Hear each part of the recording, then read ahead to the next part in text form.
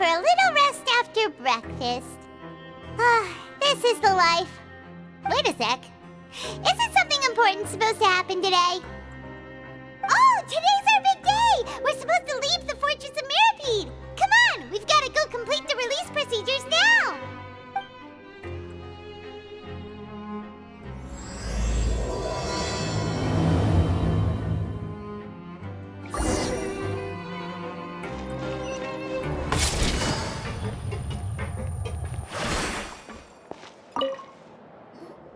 Please, sign here. This document will be effective immediately upon signing, and you two may exit the Fortress of Mirapede via the regular channels. It's been so long since we've been to the surface. Let's hurry up and...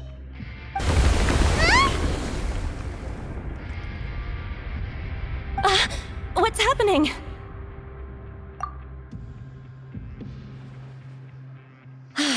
I'm fine, thanks. But I wonder what that tremor was just now. Let's go ask the Duke.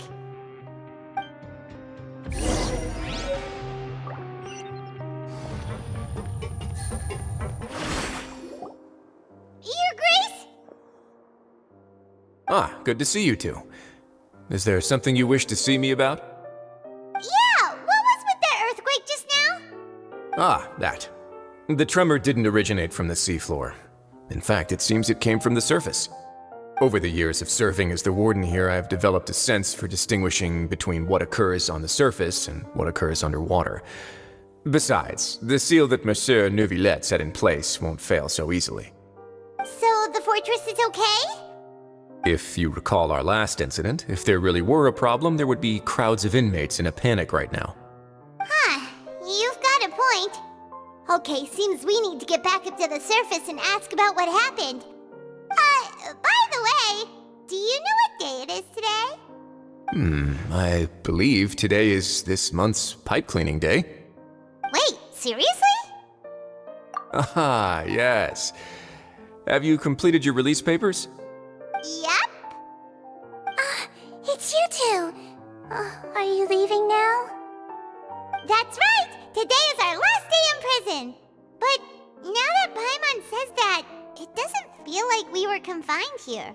It's actually been pretty nice. Oh yeah, Paimon feels fond of this place now. Then be sure to come back and visit. I'll miss you. If you've signed the release papers, then you're free to go.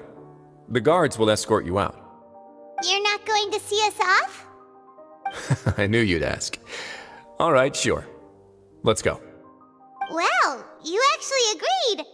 No worries, you must be busy. Paimon was just joking. Ah, so you do have a polite side, I see. After being down here for so long, I imagine you must feel like you're lacking companionship. Shall I come along too? Yeah, don't worry, we'll come back to see you. Paimon really likes the cafeteria here. The chefs sure do know how to make good grub. I hope you won't be here as convicts the next time I see you. We'll do our best to stay out of trouble. Well, it seems our work in the Fortress of Mirapede is finished. That's the end of another chapter in our journey. And since Neuvillette was the one who asked us to come here, we should probably go report to him now. Next up, the Palais Mermonia. You're going to see Monsieur Neuvillette? Please pass on our kind regards. I'm sure just your regards will do, no? I believe it would be the polite thing to do. You're right. I've heard the Palais has been terribly busy these days. Tell him that I hope he hasn't been overwhelmed by the recent string of troubles.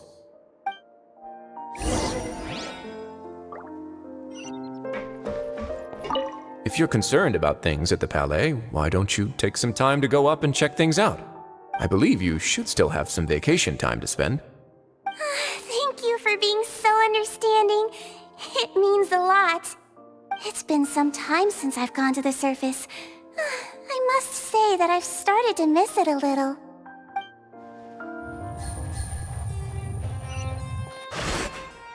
The Palais Mermonia sure is buzzing with activity today. Halt! Huh? Oh, it's you two. Apologies. Monsieur Neuvillette did say you'd be welcome at any time. Excuse me, would you mind helping me take a look at this report? I'll be right there. Sorry, I've got my hands full here. You can see yourselves in. Everyone's so busy. Seems a lot has been happening.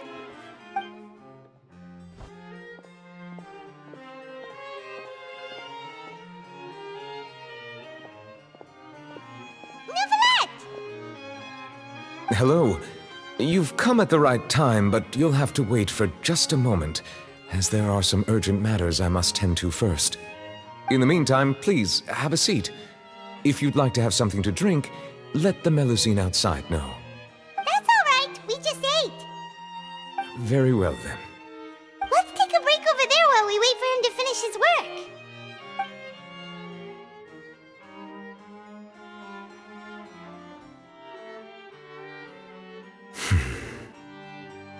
All right. That should wrap things up for now. Are you done with your work? Yes, sorry to keep you waiting. Today should be the day you were released from the Fortress of Meripede, and it appears that you've managed to complete all the release paperwork. That's right, and we came here to see you right away.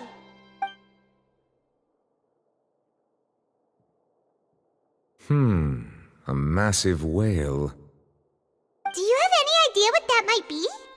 Judging from your description, that cannot have occurred in any ordinary waters, but rather something like the primordial sea. A whale of that size and shape cannot usually be found in the waters of Tevat. Therefore, we can only assume that Child is presently immersed in primordial seawater. Immersed in primordial seawater? But how? And is he okay? Most people wouldn't be capable of entering in the first place. I'm not completely sure how he could have gotten there myself. Yes? What is it? Ah, right! Paimon felt it too! We asked the Duke and he said it wasn't from underwater, so we figured you might know something about it. It turns out that I have just received a report about this particular matter. In fact, that's exactly what I was busy with a moment ago. The source of the tremor was here on the surface near Poisson. After the shaking stopped, the water levels in the Poisson area rose at an alarming rate. The water levels rose? Oh no! What about all the people there? Fortunately, the water levels only rose for a short period of time and have already returned to normal now. However, I still have a bad feeling about the whole phenomenon. If the change in water levels is connected with the leaking primordial seawater, then the situation in Poisson may be much worse than it appears. Navia should be in Poisson, right? We need to go check on her!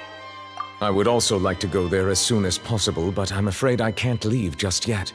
We must immediately formulate disaster prevention plans for the surrounding coastal areas to avoid potential catastrophes. I'll have to ask you two to go to Poisson first. I'll meet you there to check on the situation once I finish things here. There's no time to lose! Let's get going! Please be careful.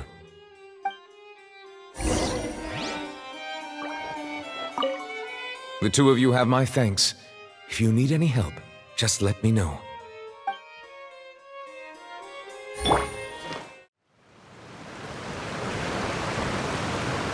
Oh no! What happened here?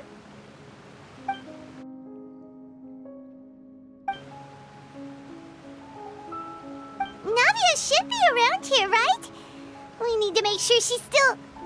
Paimon means we need to check on her.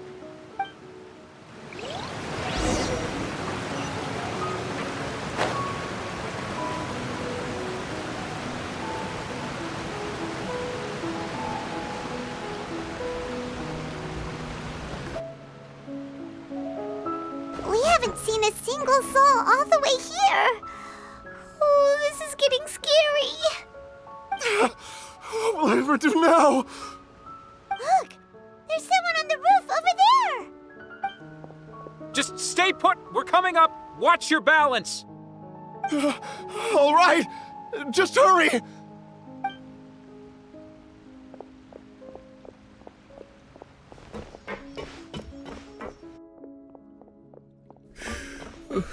I'm not young anymore. How will I survive on my own?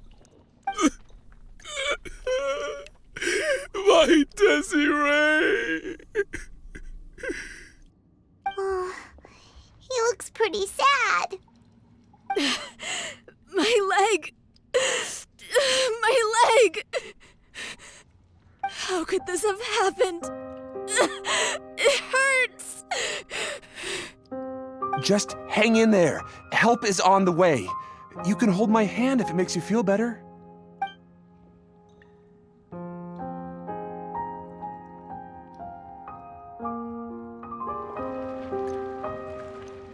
Oh, it's Navia. She's over there. Hey, Navia, are you okay?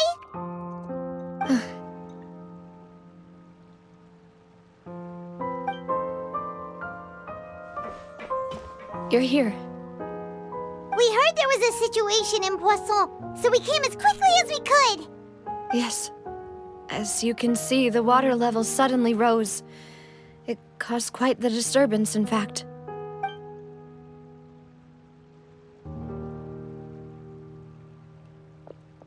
Demoiselle! There was a wounded resident next to a building southeast of here. We've already transported him to safety, but we've run out of medical supplies. He's wounded? How badly? He fell, so it's probably a broken leg. He's pretty shaken up. When the water level rose, he desperately climbed up to the roof. Once the water receded and he saw the ground, he became terrified and eventually... He jumped down then. Find the leader of Squad 1 and tell him to take the wounded resident to see a doctor. He should know where to go. Understood. I'll take over his search and rescue mission in the meantime. All right, you'll be in charge. I'm sorry. Where were we? The situation in Poisson? Ah, right. Allow me to explain. A little earlier, we suddenly heard a loud noise. At first, everyone thought that something might have exploded in the waterways. But before we knew it, water started pouring out from everywhere. The rushing water seemed a little odd, almost like the unique color of primordial seawater. Some people didn't realize the danger and thought it was just ordinary water, leaking from somewhere. Everyone on the street who happened to be close to the water didn't have a chance to escape. As the water levels rose, they suddenly disappeared. They were all dissolved. Those who realized what was happening started to flee in a panic, desperately trying to get to higher ground. Many were injured in the stampede, and some people fell from significant heights. The Spina di Rosula initiated rescue operations as quickly as possible, but there have been a lot of casualties. Fortunately, the water began to recede after some time, and the chaos came to an end. The water that flooded the area contained primordial seawater, so the lower levels of Poisson are still hazardous. To ensure everyone's safety, I've asked the people there to leave as soon as possible. No one knows if this could happen again. All we can do for now is try our best to help evacuate the residents. We still haven't completed the head count, but we'll have some numbers soon. How awful. And all of this just came out of nowhere. It was quite frightening indeed.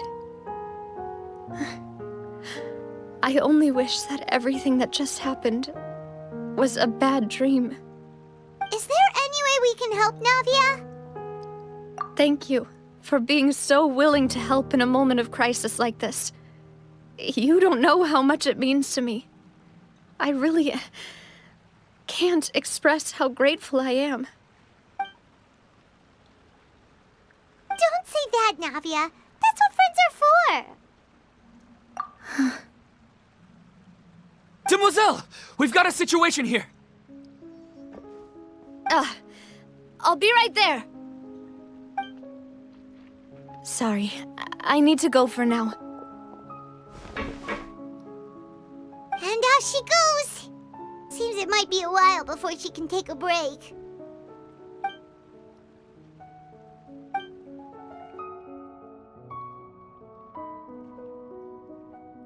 Okay, the wounded are being tended to, and we finished a preliminary head count. More support has just arrived, so I suppose I finally have a moment to focus on my own matters. Of course, we should remain ready for anything, and continue doing our best to rescue others. I'll be sure to have everyone at the Spina di Rosula ready to render assistance. Traveler, Paimon, would you two accompany me to my father's grave for a moment? Huh? Right now? Thank you.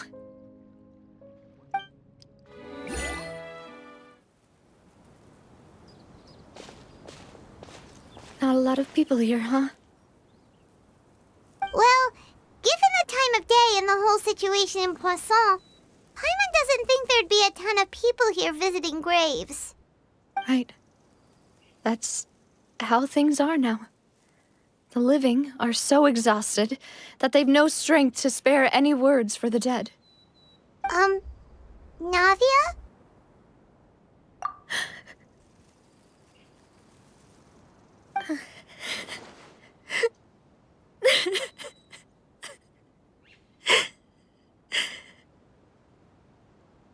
Navia, what's wrong? Sorry. I just... Malus and Silver, they won't ever come back here again. What should I do, Papa? Huh? What happened to them? Everyone agreed on the rescue plan, but still, I was the one who initiated it. They were helping evacuate the residents, but they couldn't leave in time. And they were caught in the seawater.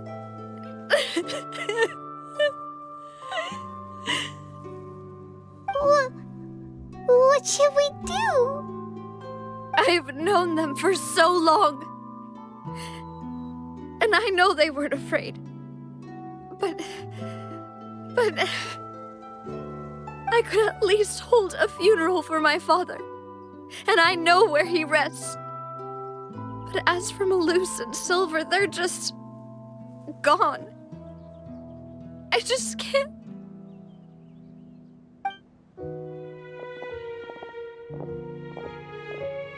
Everything looks so clean after it rains. Even the gravestones. I didn't expect that you'd enjoy a glass of red wine in front of Master Callus's grave. I can understand. Besides, the scenery here isn't half bad. See, it's not just me. I always want to bring something when I visit Papa. Perhaps we might even have a picnic. He wouldn't be angry, would he? How could Master ever be upset with you, Demoiselle? Yet the cemetery is the home of those who have passed, is it not? Everyone ends up here sooner or later, no matter who you are. Buying yourself a plot in advance, are you? No need yet. But when I do, I hope you'll let me be buried beside Master Callus, Demoiselle. Hey, stop joking around. I'm quite serious. That way, it'll save us both the trip to see each other whenever you visit your father's grave. That makes sense. In that case, could I be buried on his other side? After all, besides you, Demoiselle, the two of us could certainly be considered Master's closest companions, no? Personally, I believe we fill those shoes just fine. Why are you bringing this up all of a sudden? Seriously. All right. I'll remember your requests. But I'd really prefer not to talk about this stuff. And what do you mean by saving me a trip? I'd make the journey even if I had to visit you two somewhere else. I'd promised to let them rest in peace here. But here I am breaking that promise. I'm sorry for letting you see me in a mess like this. I don't usually cry, really. Paimon doesn't know how to help you feel better. But, well, she understands how you feel. I had always thought I could make my wishes come true. But now that I think about it, that never solely relied on me. Many things can only be accomplished with someone else's help. Malus and Silver have helped me so much. But by contrast, I could do nothing for them. I'm so sorry. You can spend as much time as you need here, Navia. We'll stay with you. Thank you. Right now, you don't know how much that means. By the way, you can have a look at this. It's a list of victims from the incident that took place here. Obena, Khan, Burnett, Giverny, Francine, Karina, Daisy Ray, Joinville, Julianne, Esson, as well as Malus and Silver. So, everyone else is safe. But still... It's okay. I know what you're thinking. And you're right. We lost Malus and Silver. But we were able to save more than we anticipated. The overall outcome indicates that the cost was worth it. Right! Don't think that way, Navia. One person might be saved at the expense of another, sure, but that isn't something we should ever consider a trade. Malus and Silver were not the price for saving anyone. They're heroes. You're right. Thank you, Paimon. What you said just now was pretty amazing, actually. I'll remember your words.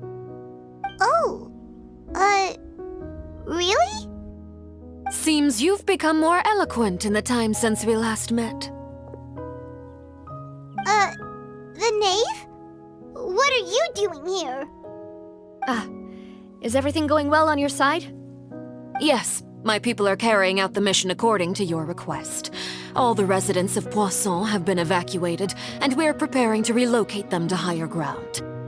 As for these supplies, we have everything taken care of. There is no need to worry.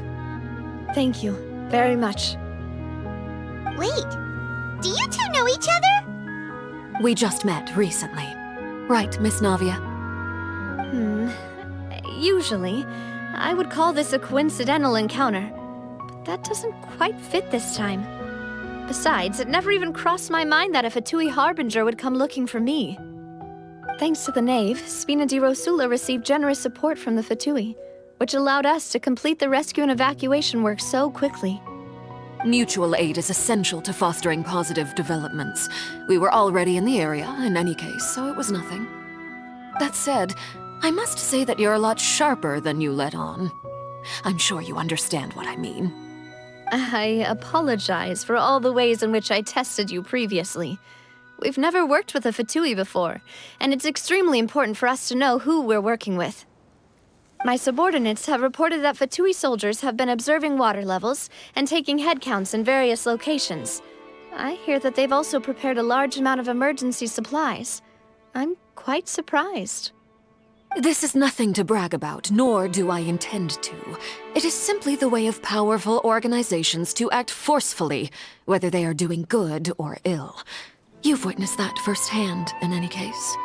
As I've told this traveler before, I know of the prophecy, and I intend to prevent the impending disaster. Lending your organization a hand was a natural first step in accomplishing that. As such, do not be troubled by this token of our sincerity. Perhaps one day, you'll also be able to help me in the same way.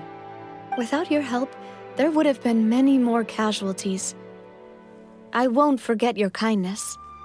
Furthermore, I sincerely regret what happened to Malus and Silver. I only wish that my people could have arrived a little earlier to prevent this from happening. Don't say that. You and your subordinates did everything you could. As Paimon said, Malus and Silver didn't choose to sacrifice themselves for any specific person. And they weren't the price paid for other salvation. They chose to become heroes themselves. I've never liked hearing people put it that way. It's like trying to relieve pain by saying some noble-sounding words.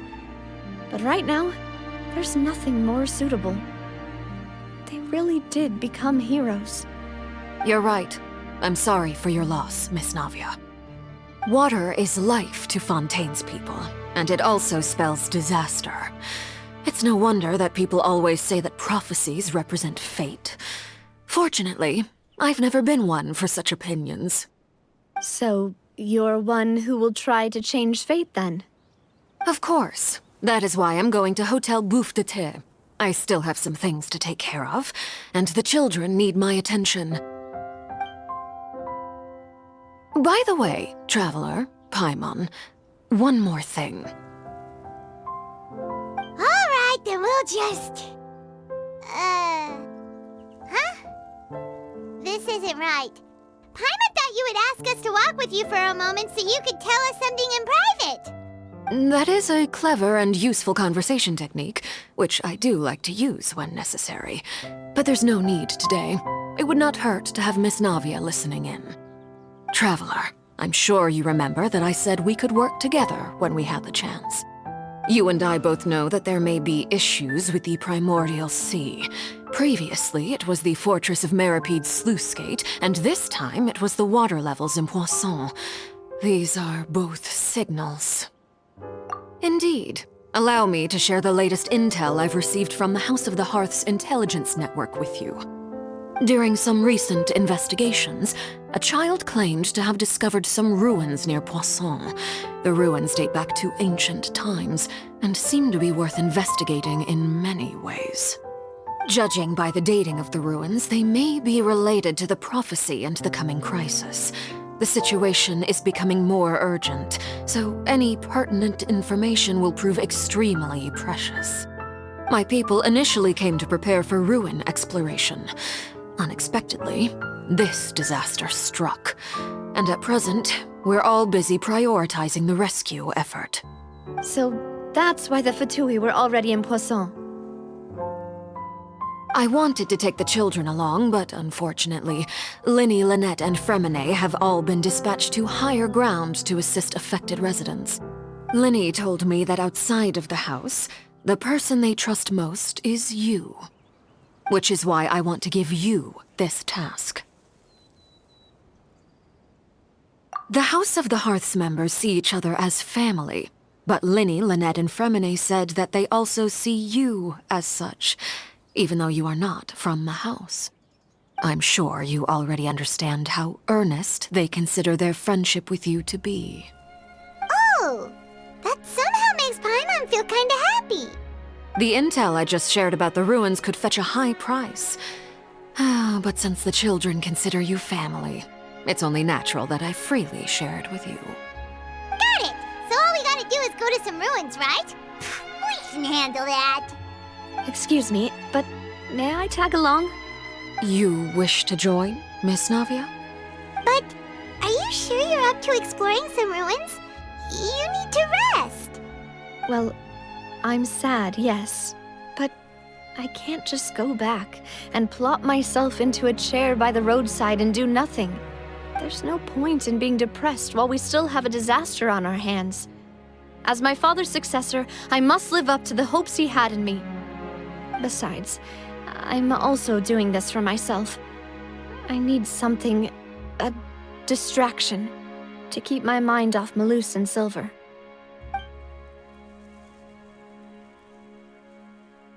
Since you put it that way, I have no objections. What do you say, Traveler? All right. The ruins are to the south of Poisson. Here's the map. Okay, the three of us will handle it. Come on, let's pack up and get going.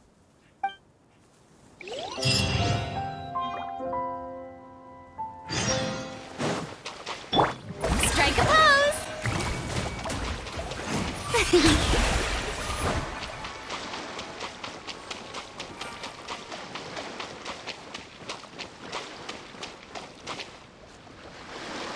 So, are these the ruins the knave was talking about?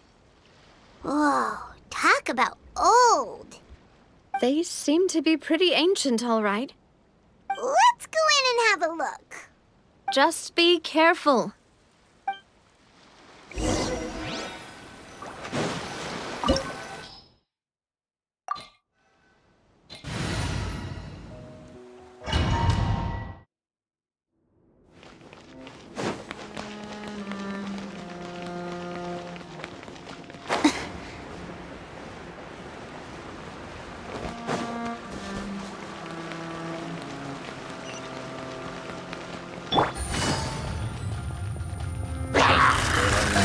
Quietly now. I see everything. Teamwork is dreamwork! Let my name echo in song! Gotcha! Let's light it up! Dada Kondala.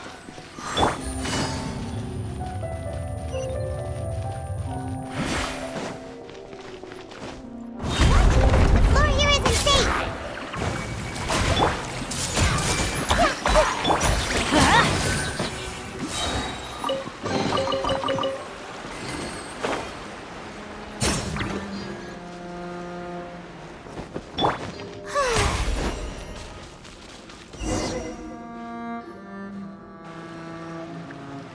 This place has also been contaminated by primordial seawater. Yeah. And a lot of it, too. A Fontainian would most likely dissolve the moment they fell in. Right! You can't go down if there's primordial seawater. It's too dangerous, and it won't be any help for you to just stay here. Don't get by my wrong. We're not saying you're useless. It's just that... No, you're right. I can't do anything in this situation. I'll leave this to you.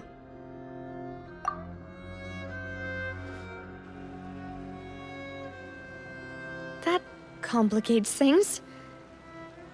Maybe the only way left is forward. In that case, do you want to wait for us here? The water levels here are unstable, and there's a chance the water will rise. So staying here wouldn't be safe either. I'll go together with you. Perhaps we'll find the exit just up ahead. All right. Come with us for now then, but please be careful.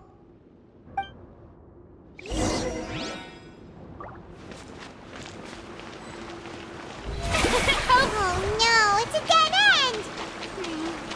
Let's try climbing over from the side.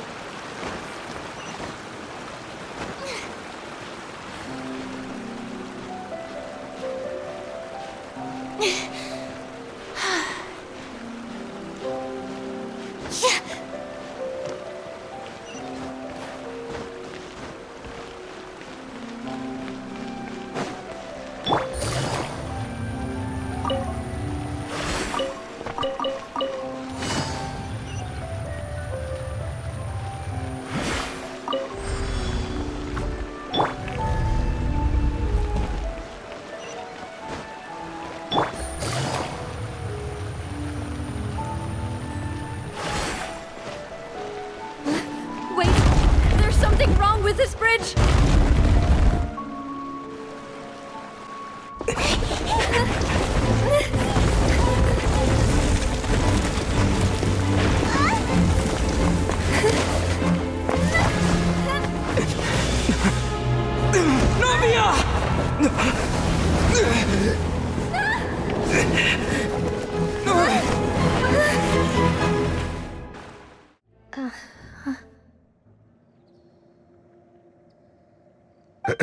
Demoiselle? Huh? Demoiselle, what are you doing here by yourself? Would you be standing here till dark if I hadn't come to get you? Maybe she just wants some time to herself, Malus. Oh. Was I sleeping? Yes, it would appear so.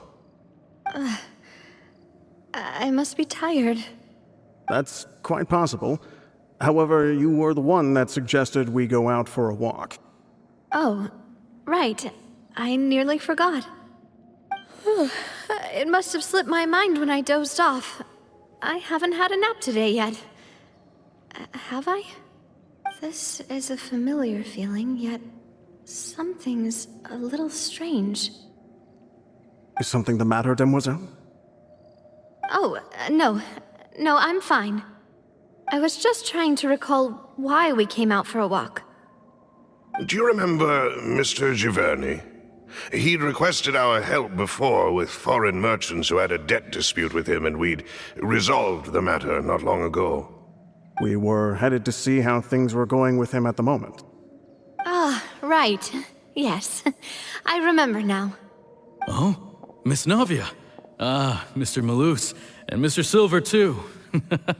It's good to see all of you. How have you been? I've been great. Thanks to your help, those bothersome merchants finally realized that I wasn't the one they were looking for. Why, I wasn't even the guarantor for that person. They were knocking at my door day and night. Even my neighbor, Obina, was getting fed up with them. Sometimes force is required to calm someone down and get them to listen to what you have to say. That's right. Oh, by the way, Burnett, what was it that you wanted to give to Miss Navia again? Oh, yes. One moment, I have it right here. Miss Navia, these are some flower seeds that I prepared. Please take them. They're a very good variety, and they'll become very big and beautiful once they bloom. I don't know what we would have done without your help, so this is a little token of our appreciation. I hope you won't refuse. Ah, did you cultivate them yourself? Thank you so much. I'll certainly take them. Malus, we do still have some empty flower pots at home, right? Why, we can have as many pots as you'd like, Demoiselle. Perfect. In that case, we'll swap out some of the decorative plants for some of Mrs. Burnett's flowers. Very well. Wait. Something seems to be off here. Excuse me, madam. If I'm not mistaken, your name is Burnett, correct? That's right. Is something wrong? No, it's nothing. This is the first time we've ever met, but your name seemed familiar to me. I must have heard it when I was discussing things with your husband previously. I've heard this name before. Sometime recently, I'm sure of it. And why are there so few people around here? Where did everyone go? We must mind the time, Demoiselle. We still have important things to attend to today. Huh? We do? Like what? Well, now, did you forget? Miss Navia, here you are. I've been looking for you. Please, come to the Opera House. Your trial is about to begin. My trial? Wait, why would I need to go to the Opera House? Yes, she's right, Demoiselle. It's just about time now, so we should get going. Oh? All right then. Look, it's Navia! She's here! And her two attendants are with her! Goodness, everyone's finally here. There sure are a lot of people here to see the trial. And they all seem to be oddly excited about something. I even know some of these people. Karina, Desiree, Joyville, Jolien, Essen. Why are so many people here? And why do I have no recollection of this case? And as for the judge... huh? Where's Monsieur Neuvillette? Please sit in the defendant's seat. Don't worry, Silver and I shall accompany you. All right. But are you sure you can stand behind me? Typically, it wouldn't be allowed, but today is an exception. Hey, what kind of place do they think this is? Come on, do they have any idea what they're doing? Seriously. Enough with the whispering! Could someone please tell me where Monsieur Neuvillette is? And why I'm standing trial? My dear Miss Navia, have you not yet realized what you've done? In that case, allow me to explain. As all here know, you are Master Callus's successor, the head of the Spina di Rosula, someone held in high regard by every soul in Poisson. After you took over the Spina, you treated all of us just like the late Master Callus had. If anyone in need reached out to you for help, you responded. Not only you, but your butler, your subordinates, nearly everyone in the Spina di Rasula fought for the well-being of those in Poisson. Wait a moment. Aren't you just proving that I'm a good person? Yes, correct. Absolutely right. And that is why you stand accused. You have helped so many people get through so many difficulties. You are one with us. We are inseparable. We are one big family, all of us who are from Poisson, inextricably linked. And with you being so important, we couldn't possibly do without you. Therefore, this fair and honorable court shall declare you guilty, and you shall stay here. You will be together with us forever. Huh? What are you saying? Everything you have said is correct. I have indeed done a lot for my hometown, and I would be willing to be with you all, but what is the purpose of having me stand here like this? What is there to discuss? Ah, well, if that's what you think, then I have no further comments. How wonderful, Miss Navia!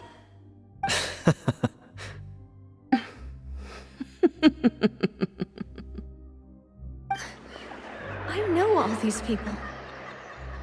Why are they laughing? I seem to remember now.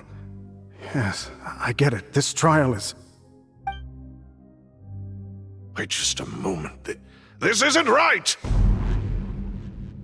Malus? What was that, Mr. Malus? Our conclusion is very clear and unanimous. Let the court judge her now. She's guilty! Stay here, Navia! You're one of us! Demoiselle, don't admit guilt. This trial means to keep you here forever. I wish to exercise my right to defend Our Lady. Mistress Ronville, you only know of Navia's goodness, but nothing of her utterly independent mind. She was born a free and independent spirit. She has never been tied down by anything. Indeed, even the death of Master Callus couldn't stop her. Her actions cannot serve as proof that she identifies herself as part of any group. She merely acted as an individual, extending her hand to help others. Please do not mistake her actions as being otherwise. Really? As an individual, you say? Don't forget, we are all Fontainians here. This is the nation of justice, the nation of Hydro! Even if Miss Navia only voluntarily rendered her assistance, that doesn't change the fact that her beautiful soul must return to everyone. Water accepts all, blends with all. It will surely accept her kindness. Everything is measured here in the nation of Hydro, and in the end, everyone shall meld together. Thus, when a unanimous opinion emerges, that opinion represents justice. Now I speak for everyone. Our opinion is consistent. Navia should stay. We and Navia are one. And you would call this justice? Preposterous. You are merely jealous that Demoiselle still has a chance to exist as an individual. Have you forgotten how much you all once longed to become individuals, to become independent? Do you mean to defy our justice? If your justice is flawed, then why should we acknowledge it? As you said, we can also have our own justice. Silver and I shall defend Demoiselle. And that is how we will enforce justice. Ugh, my head... it hurts. Demoiselle! Silver, it hurts. My head is spinning. All I can see is stars swirling in front of me. I remember now. Everything that seemed odd from the very beginning.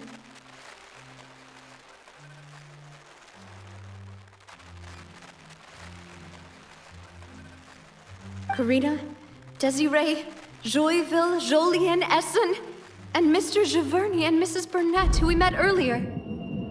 Even Malus and Silver. I don't want to admit it, but they're all dead. Don't be afraid, and don't admit guilt. We will protect you to the very end. Absurd! Who are you to say that she cannot be judged? We are the majority, and in the nation of trials, the majority is absolute justice. We are the will of all.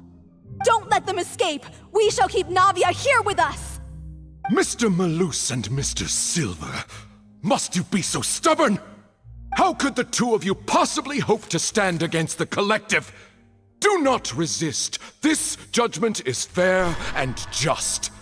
Navia belongs to us. After all that happened, she should not be left alone in Poisson. What are you saying? No more excuses! He says we're jealous. Jealous? How could she possibly be an independent individual? What's with these people? Who's jealous of her? She belongs to us! Miss Navia, she... Silence! That's...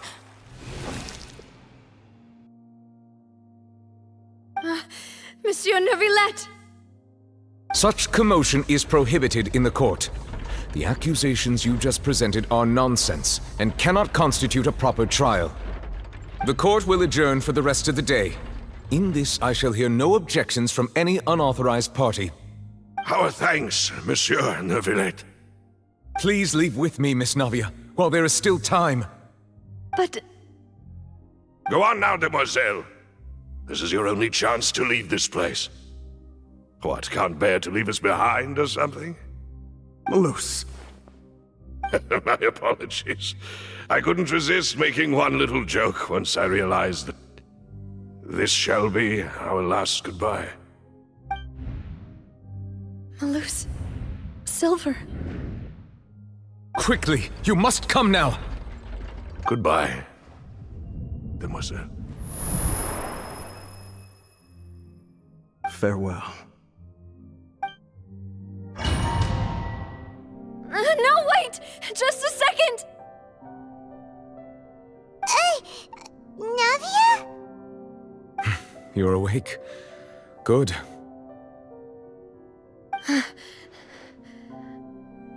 I must have been dreaming. Malus and Silver were still alive, and they were defending me at some insane trial. It looks like you're all right. Did all the sad feelings cause you to have a nightmare?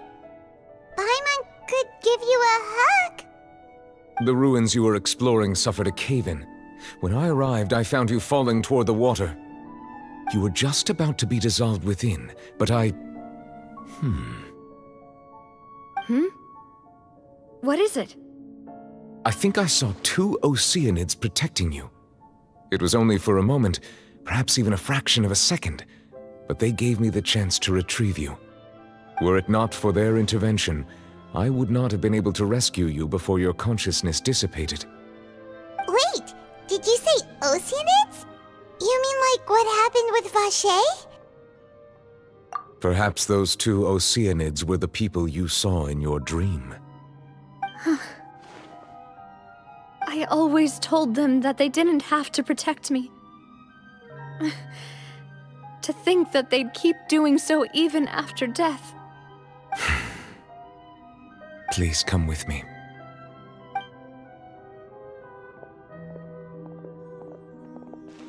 Neuvillette, are you okay? Oh, I am quite all right. Perhaps there's something we could chat about? Why do you look so stiff all of a sudden? Oh, Paimon knows. You're the type who feels awkward when there's nothing to talk about, right? I merely thought that we should give Navia some time to herself. Huh? Why didn't you just say so then? Don't you think it's even more awkward to call us over like this and then have nothing to talk about? I suppose so. Ah, Sigewinne. I hope all is well with her these days. Her work in the Fortress of Meropide has not been too much for her, has it? No way! Don't worry. She's doing fine down there. She's an amazing head nurse. I see. Well, that is good. I have always worried that Sigewinne would need a lot of time to understand the world of humanity, just as I have. Oh, and the Duke also says hi! Even though Sigewinne made him do that. He hopes that you haven't been overwhelmed by all that's happened lately. Thank you. I have indeed been busy lately, and I also hope that everything is going well in the Fortress of Meropide. He still doesn't know what to talk about. Let's chat about something else then. So, Neuvillette, you're probably quite the swimmer, huh? Yes, of course. This isn't going anywhere. Let's try something else. How did you find these ruins? Did the knave tell you? Yes, in fact. I had arranged to meet you in Poisson, but when I arrived, I discovered that the Fatui were helping the residents evacuate. They had even transported a large quantity of supplies to the area. Amid my astonishment, I ran into the knave, and we had a chat. She informed me that she had asked you to investigate the ancient ruins here. Yeah, we originally planned to meet up with you, but we thought you might still be busy with all those official documents. We didn't think exploring the ruins would take very long, and who would have thought you'd wrap things up so quickly?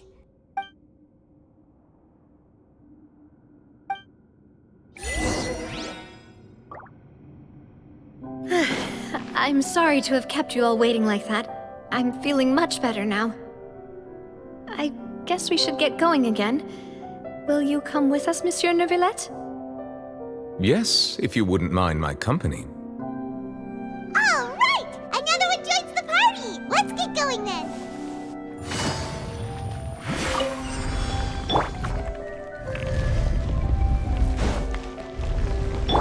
I see everything! Yeah. Everybody stand back! Make yourselves at home! Game's up. Time's over. Quietly now. Busted. Dada Kundala.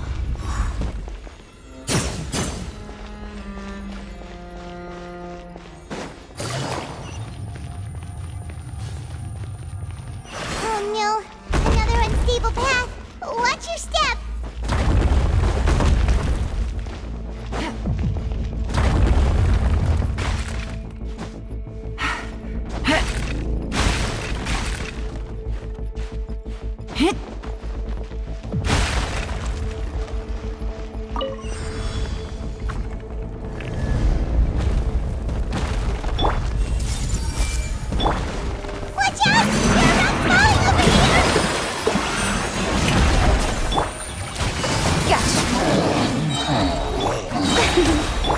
Busted.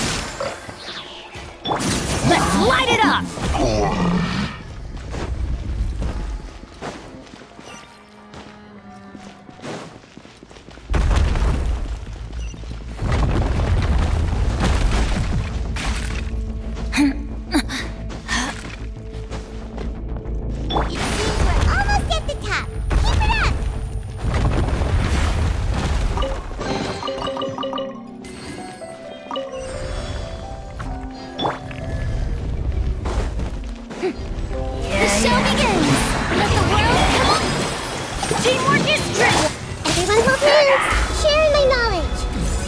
Things are about to get dicey. Quietly now. Gotcha.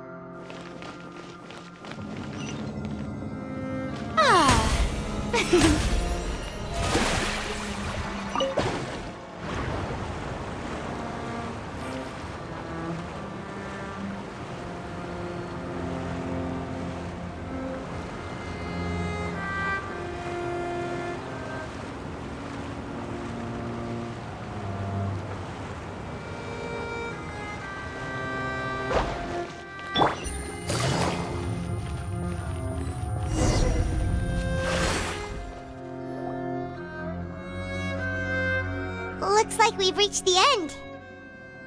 This is the place. There should not be any other hidden spaces in the vicinity.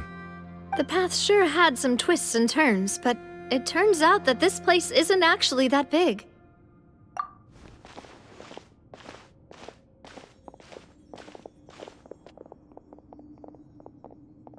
Stone slates? It seems like they were put here as an offering. Could we take them down and have a look? Perhaps we should just leave them be for now. There are 4 locations in total, but only 3 stone slates. The slate that should be in the first empty spot is missing. The surrounding walls also show signs of damage. There's something written below. Let Paimon see. Reason dictates that this nation be destroyed. I shall record the history of its future here in its past. Say what? It feels like someone left these slates and these words here for a purpose. But does he mean that Fontaine should be destroyed? That would fit the circumstances dictated by the prophecy, yes. Indeed, the slate's contents correspond to it. Take the second slate, for example. There's a person kneeling here. She seems so dedicated. And there's a whole bunch of other people behind her doing the same. She's facing this... what is this? Some kind of island in the sky? And is that Lady Farina in the third image? Did the Hydro Archon fall into the water? And is that a ring of people around her? Paimon doesn't quite get it. Are they all in the water? The fourth image. I know this one. This exactly matches the content of the prophecy. The people will all be dissolved into the waters, and only the Hydro Archon will remain, weeping on her throne.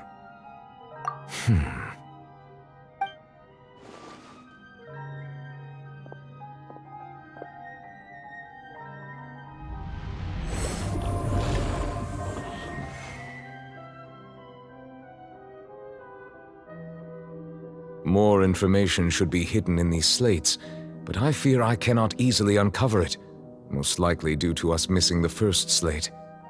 I am very sorry. Don't blame yourself, Monsieur Neuvillette. Deciphering ancient stone slates isn't one of your duties. Ooh, Paimon's getting the chills just looking at these slates. This says that it's the history of the future, right? That means the prophecy's sure to come true. I really hope it doesn't mean that. Still, Paimon feels like these images are kind of weird when you look at them together.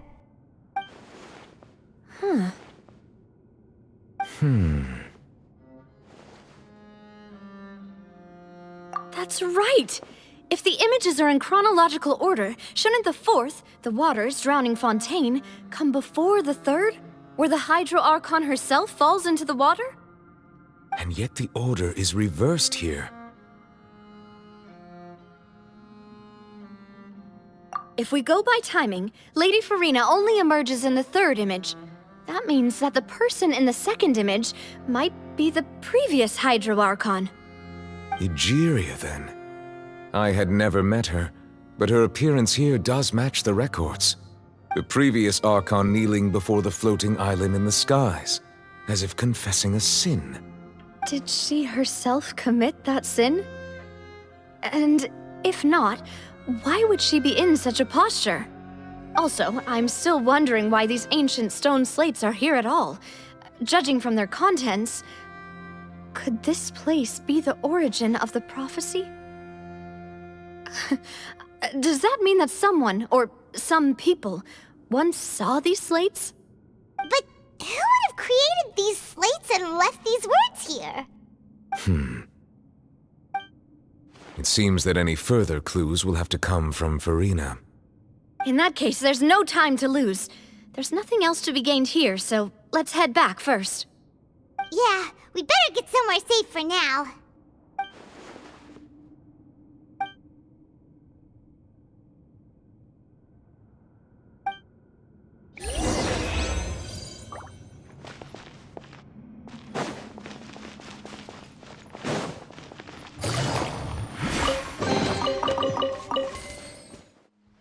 let's split up here.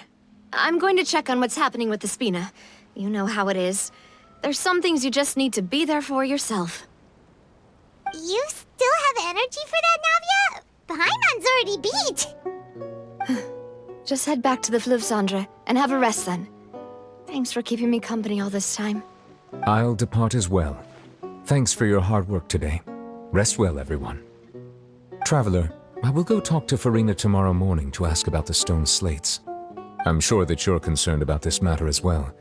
If you have time, drop by my office. I will share the results of our discussion with you. Are you really gonna talk to her about this directly? Will that be a problem?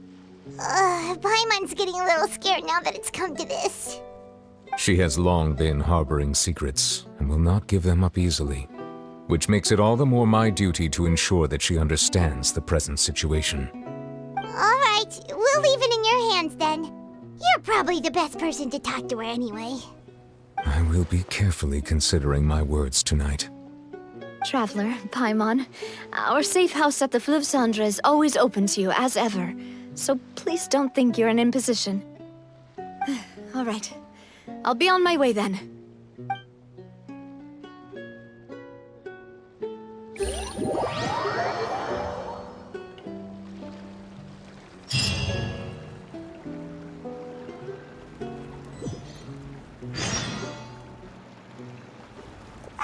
We're finally back! Welcome back. We've got a special menu prepared for you two tonight. Yay! And there's good food too! No, the boss is the best. Ooh, desserts! Nice, these are all Paimon's! Paimon's already starting to forget what happened today. Oh, that voice. Is that who I think it is? Huh? It's you two. What are you doing in Fontaine?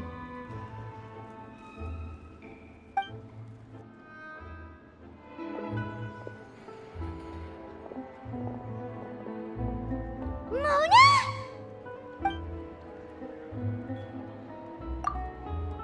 Seriously, nobody just uses a scry glass whenever they've got time to just see who they'll meet on the road. Still, we didn't expect to see you here. Wait, you're not a Fontainian, are you, Mona? Well, I have some business to attend to here, so I booked a hotel in the city. I was just out for a stroll when I bumped into you. Quite unexpectedly, if I might add. Why did you think I was from Fontaine, though? Is that because Magistus doesn't sound much like a Mondstader surname? Yeah, let's go with that. Well, I used to have my own surname, which was, well, some other thing. Either way, the old hag told me when she took me as her disciple that the first step to being a great astrologist's pupil was to change that name. There was nothing for it, really. She really is amazing at astrology, so I changed my name to what it is now according to her wishes. To my surprise, however, Magistus is not the name of some ancient house or clan. It isn't? Nope. Although it is used by us in place of surnames, it generally just means great. Wow! Imagine including a boast in your name. Wait, are you gonna have to put that into your genealogy as well? I reckon so. In any case, I'd give my disciple a name like this as well, if I were to take one. Astromancer Barbaloth Trismegistus. Whoa, that's a long one. Does it also mean great or something? My name means Mona the Great Astrologist. As for the old hag, hers is, in plain speech, the thrice as great Scholar of the Stars. Just take it as a title specific to astrologists. Thrice as great? That's so petty. I know, right? That's just how she is. She used to call herself Magistus, actually, but when she took me in, she changed her name to Trismegistus. Talk about excessive. Magistus is thus the calling card of our school, so to speak, which makes it about the same as a surname. It's all right if you don't get it. You can look into it further should you need to study astrology more deeply. That sounds terrible! But anyway, you're not Fontaine, are you, Mona? You're from Mondstadt, right? Well, I was born in Mondstadt, yes. My parents migrated to Dorman Port, and I traveled with the old hag for a while, after which I settled down in Mondstadt City. Oh, that's a good thing then. At least we know you won't be dissolved by Fontaine's waters. Speaking of that, I'm sure you're aware that a bunch of things have happened here in Fontaine, right?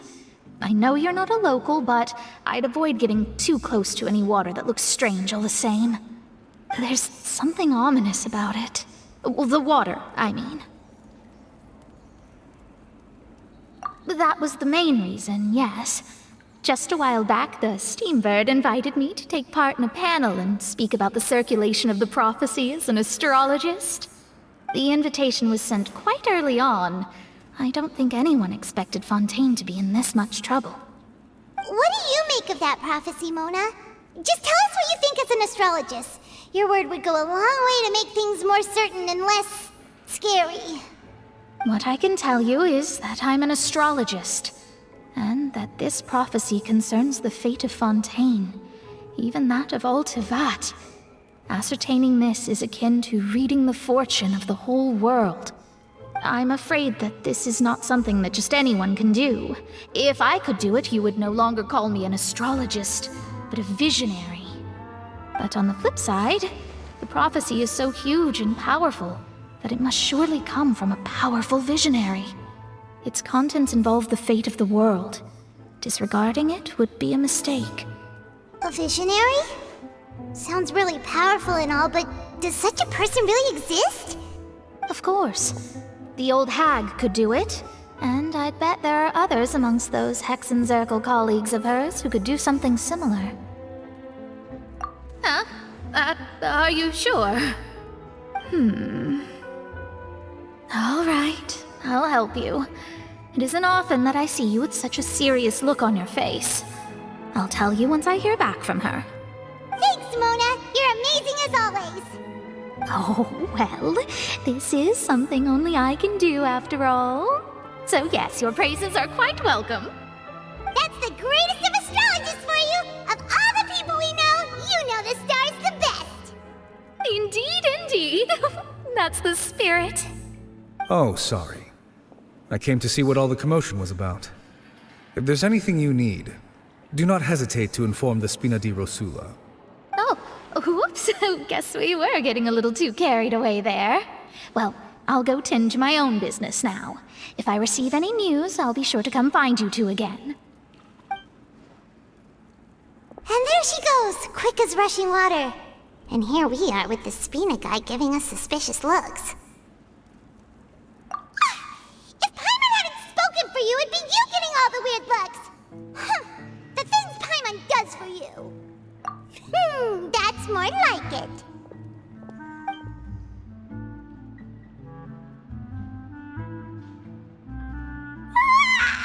Good morning. To be honest, Paimon's still feeling kind of sleepy. But it's time to get up, traveler. We agreed to go see Neuvillette, so let's pack it up and get going.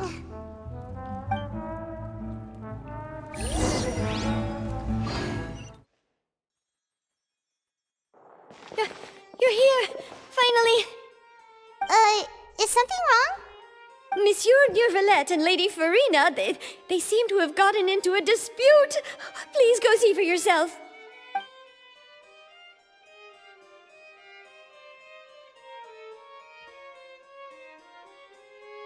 Like I said, I've already explained everything! And yet the problem has not been properly solved. There is little space for excuses between us. It is not my intention to offend you, but please, tell me where you stand. You are the Hydro Archon Focalor, are you not? Look at this. This is a list of the victims from the recent Poisson incident.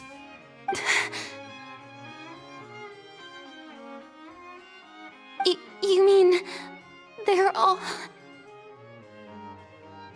We did not arrive in time to avert this disaster, and I will not have it happen again. I will say this once more. You must tell me everything you know. Yesterday, I found 3 stone slates in some ancient ruins near Poisson. Do you know anything about those? Seriously? You're questioning me like this is a court case now. I don't know anything about that. But you found them in some ancient ruins, you say? That's correct, which is why I came to ask you some questions. There should have been 4 slates, but one of them was missing. The other 3 feature different images that seem to correlate to the prophecy. The prophecy? The second of these slates depicts the previous Hydro Archon Egeria kneeling before a floating island in the sky, as if confessing something. Do you know nothing of this either? I don't. I've never seen such slates. I'll ask you again.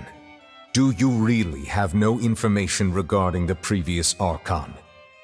My deciphering of the slates indicates that the Hydro Archon Egeria once had to confess to, or apologize for, a certain sin.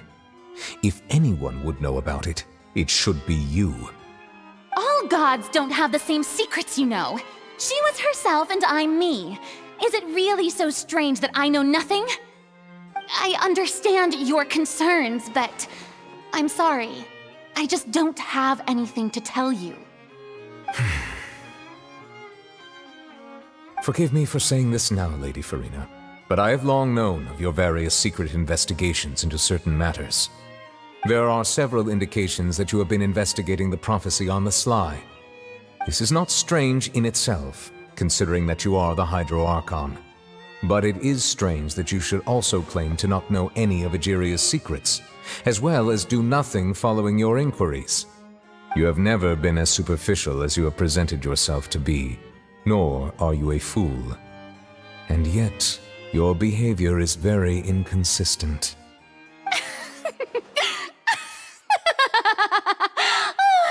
So you've been watching me all this time, have you? I didn't think you were that type. You... Well, since you know about my secret investigations, then you should know I'm actually working to take care of it. There's no point questioning or suspecting me. You're the Eudix, but you're still my subordinate. You should be following my lead. Just trust in me. You're Archon, and do as I say. Never mind whether you can truly convince yourself to or not. It'll all turn out fine. That's all I have to say. We do not discuss this matter again. Oh, the opera's about to start. Toodles!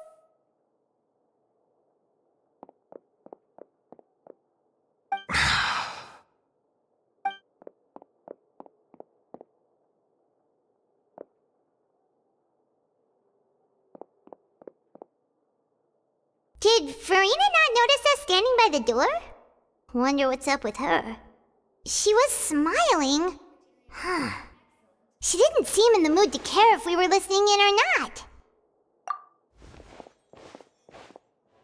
I assume you've been outside for a while now? Oh! You noticed! Seems Farina didn't even realize we were here. She was in a great panic, though I cannot discern the reason. Our discussion reached impasses time and again, a state of affairs that we cannot allow to continue. Still, I do not understand. Dialogue is the basis for understanding, so why did she keep refusing to engage? Everyone in her inner circle has noticed that she is hiding some secret. The issue is her attitude. I fear that she will not reveal anything unless absolutely forced to. We may have to create a situation in which she will have no choice but to speak. Oh? Like what? Normally, people will only reveal the truth when standing trial. Perhaps we must have the Hydro Archon experience just such a scenario. But Farina's seen so many trials, and she's really good at dodging questions. How do we make sure that she won't just slip away at the first chance she gets? We will need to consider this thoroughly, join forces with various parties, and then do what we can. If at all possible, I would prefer to recuse myself from this affair, but we must prevent the prophecy from coming to pass. This may be cruel to her, but all Fontaine is in crisis. The information a god possesses is too precious, and so we must take a chance on this. But who will lend us their aid to do such a thing?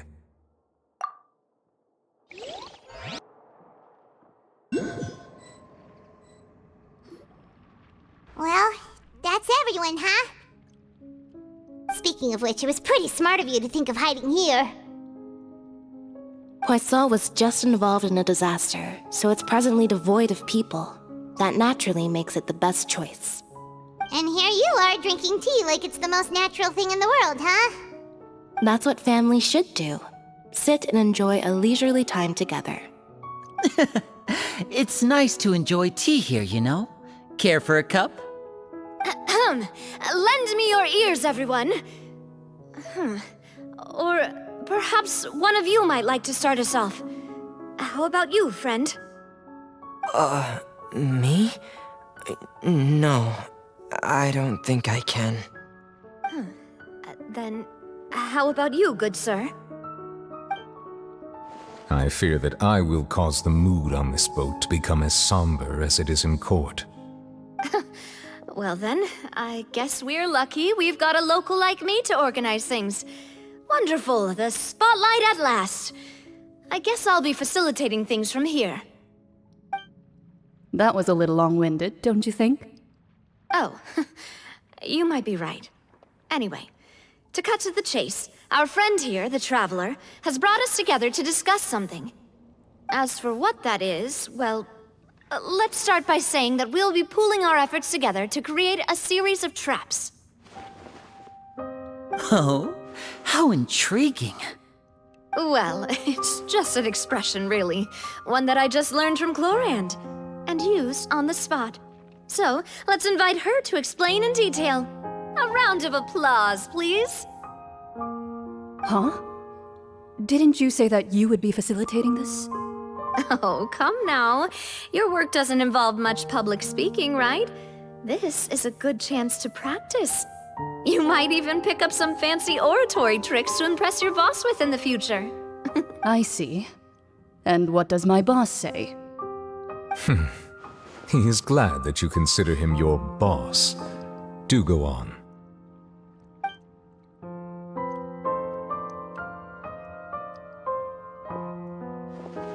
In that case, do any of you have experience hunting? Not that I recall. Fremine and I once used a wooden stick in a basket to catch wild rabbits when we were younger. As for Lynette, oh, right. You were sick that day, weren't you? I've also gone diving to catch some fish before. Does that count? I'm afraid not. You may or may not have heard, but Fontaine once played host to a group known as the Marechaussee Hunters. Though that was their name, they did not hunt animals, but rather various monsters left behind by the ancient dynasty of King Remus. Today, Fontaine's monster population has already thinned greatly, so the hunters have blended back into society, taking up arms in other lines of work. They even left a unique methodology of hunting in their wake. A trap comprises of the following components: bait, a trigger, and a containment device. Sometimes a lethal implement will also be necessary to deal with the prey. So, if we were to build a trap together, right now, what would you choose to build it with? For me, I would prefer something basket-shaped. Pigeons and rabbits will see the bait and naturally enter the snare. Our line of work requires a deft hand, and we're some of the best in the industry, so you can count on our techniques. You used some of those techniques while moving the people of Poisson, didn't you? My subordinates mentioned that you even performed some magic for the bawling children. Yes, and I even managed to gather some intelligence in the meantime. I'm quite the multitasker if I do say so myself. I'm afraid I can't claim that as my strong suit.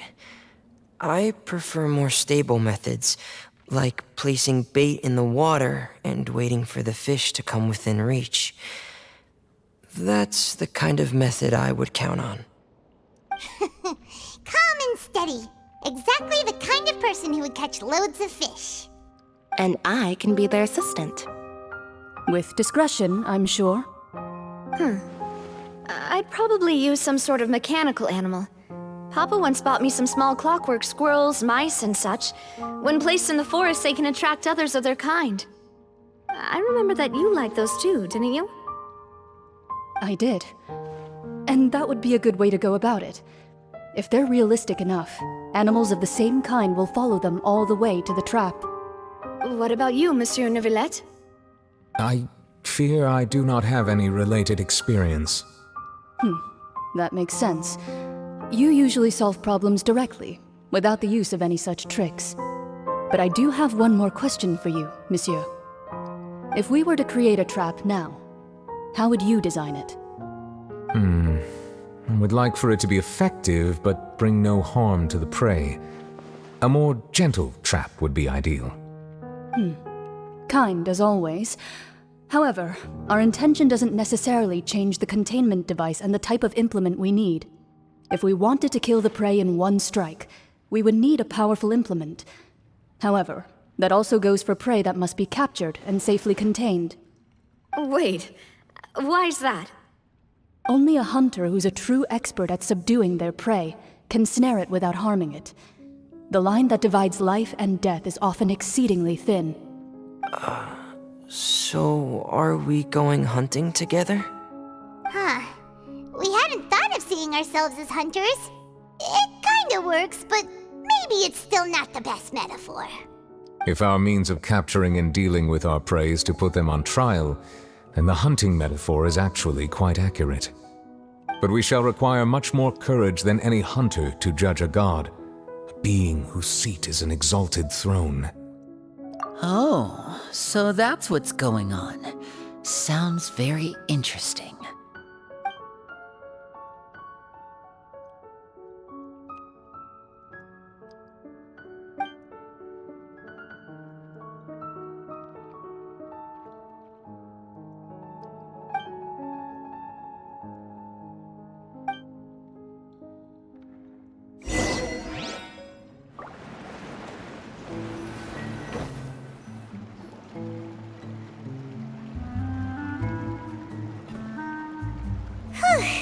It's been a tough few days, hasn't it? So much has been happening. Paimon didn't think the meetings would go on for so long, but everyone seemed pretty fired up, huh? Paimon thought they'd be at least a little frightened. Well, Fremine was, now that Paimon thinks about it, but everyone else just looked a little surprised. Well, it's hard to say. Paimon doesn't have any experience with this sort of thing. But with you around, Paimon sure will do great. After all, you're the most reliable person in the world, aren't you?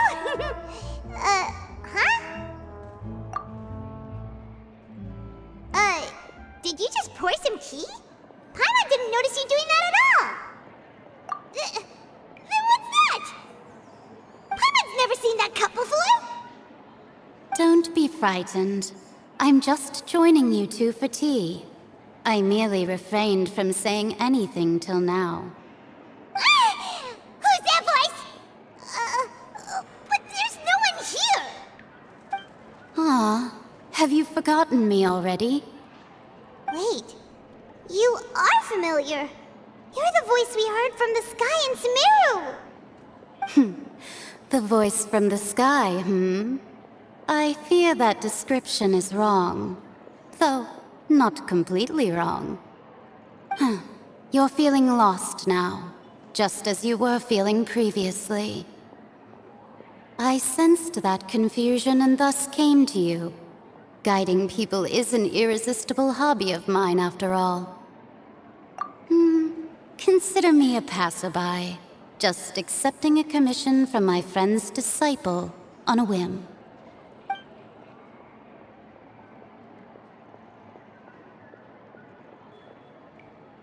The prophecy. Yes, what has been prophesied will be fulfilled. You may view such things as the history of the future. What? Then is there any way we can stop it? I believe you have witnessed a failed attempt with your own eyes. Can everything in Tevat so easily be changed? So you've caught on. Just as prophecies are usually only the future as seen from the perspectives of the gods, could things be happening in hidden corners where the gods' gaze does not fall? Are the things that you shall see different from the fate that the gods perceive? What is she talking about? It all sounds really impressive and important and stuff, but it also sounds kind of scary. I believe that you understand, right? Some things are insignificant, but others you must reach out to change. Ultimately, fate shall serve as your only guide, no matter what will happen in Tevat's future. All you need to do is to play your part. This was good tea, by the way. Thank you for your hospitality. Well, that'll be all for today. The voice. It's gone.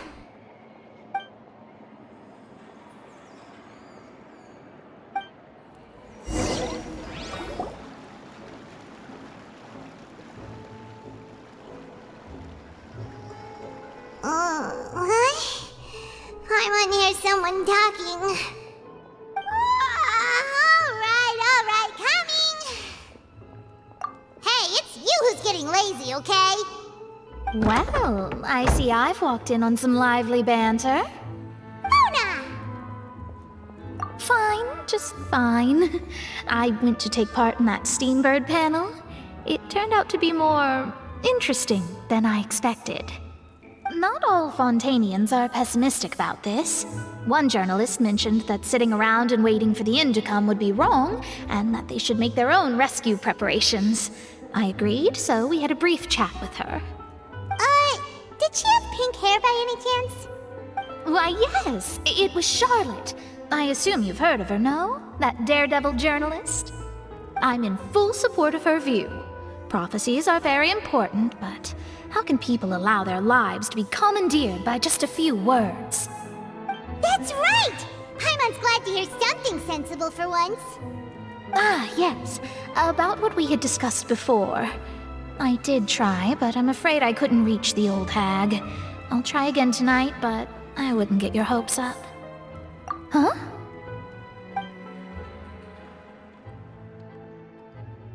Goodness gracious. Are you serious? She said that even the god's gaze has blind spots. Pretty bold if you ask Paimon. Most people would believe the gods to be all-knowing, right? The Hexen Circle members are certainly anything but ordinary.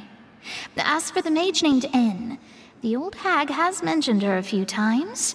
She said that N's sense of direction is incredible, and that she loves guiding those who are lost. But I've never met her, and if she were still alive, she'd be... Well, suffice it to say that the hag's at least a few hundred now, and N's been around for longer than that. Whoa. The Hexen Circle sounds like a scary group. But they must really stay in shape to live so long. Their abilities alone are pretty terrifying. If she came to see you personally, then the problem you're facing must truly be of great importance. Well, it's not like Paimon could understand anything she said. Yes, she was quite cryptic, but I suspect she means that there is still a way to turn things around. She didn't say when or what that would be, though, so... Perhaps it is something that you cannot know right now.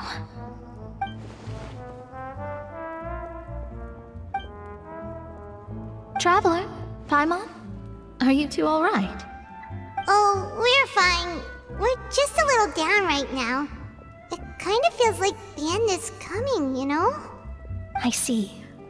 I feel that same sense of desperation, too. I guess you could consider me someone who has often witnessed fate. So far as I have seen, it cannot be swayed. But even so, I still hope for, and believe in, miracles.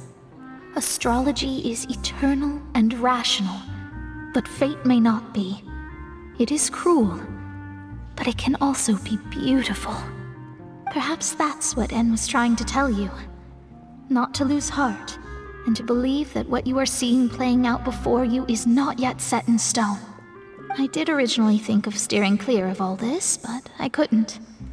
Even if this is all futile, I still wish to help everyone. If we don't struggle to the last, then how can we face the end when it comes? Huh. You do have a point.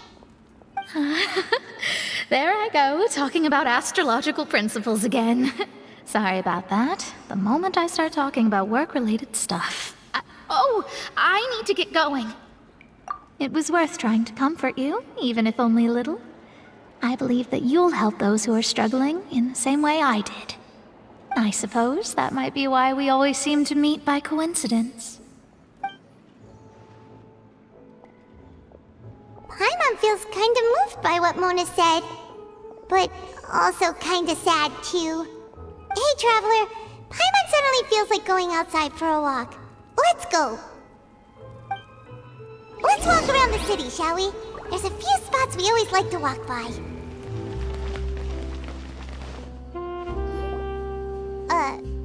Huh? Our names are written in this newspaper. What's going on? Let Paimon see! The underwater stronghold, the Fortress of Meripede, has continued in its noble autonomy, but that does not mean that others cannot interact with it. My recent attempts to enter the fortress bore little fruit. Huh. Guess Charlotte still hasn't given up on that. Thus, did an Outlander friend become the focus of this report, a blonde adventurer with their white fairy legends trailing in their wake. It is said that this mysterious traveler once visited the underwater fortress.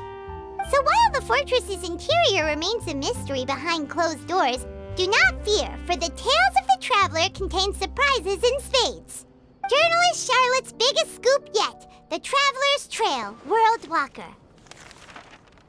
Huh. Charlotte took so many awesome photos of us and we never even noticed her!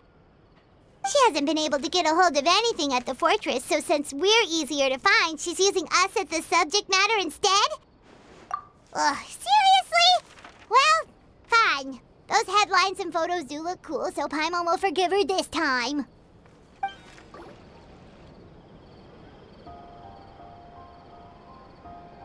We're here! Paimon's hungry. Should we go in and get something to eat?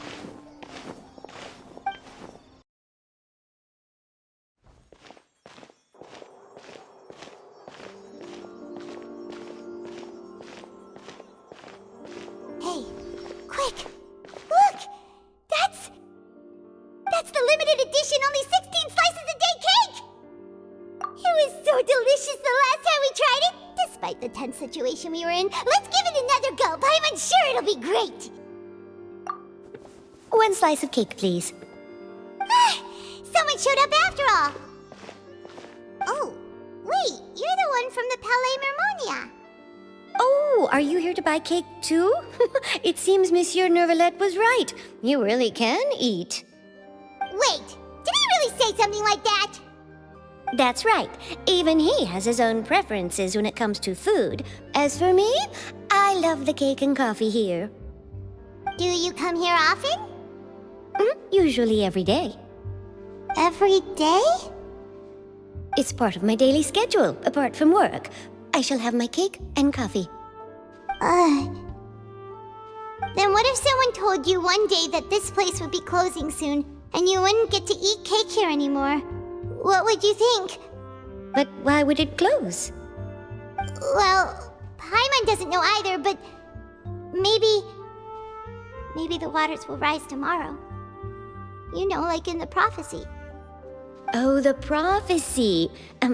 To be honest, I haven't paid much attention to that. No, still, even if there'd be no more cake tomorrow, that wouldn't keep me from having some today.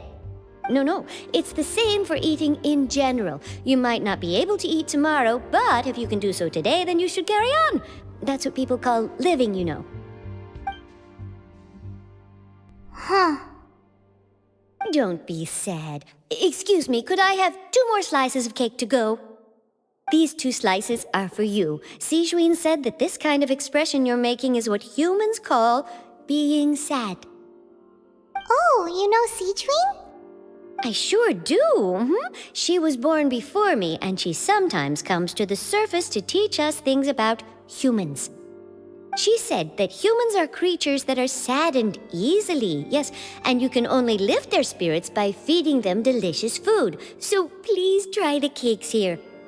I've got something else to do, so I'll be going now. You two try to stay in a good mood after eating, all right? Bye!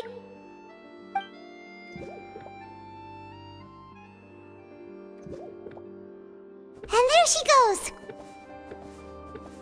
Alright, let's dig in. Paimon's sure this cake will be delicious.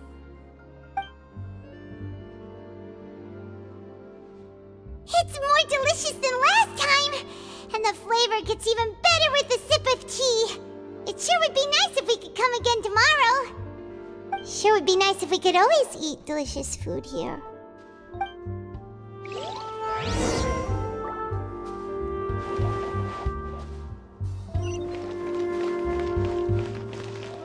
Oh, we're near the Seabird office. Let's go look for Charlotte and have a chat.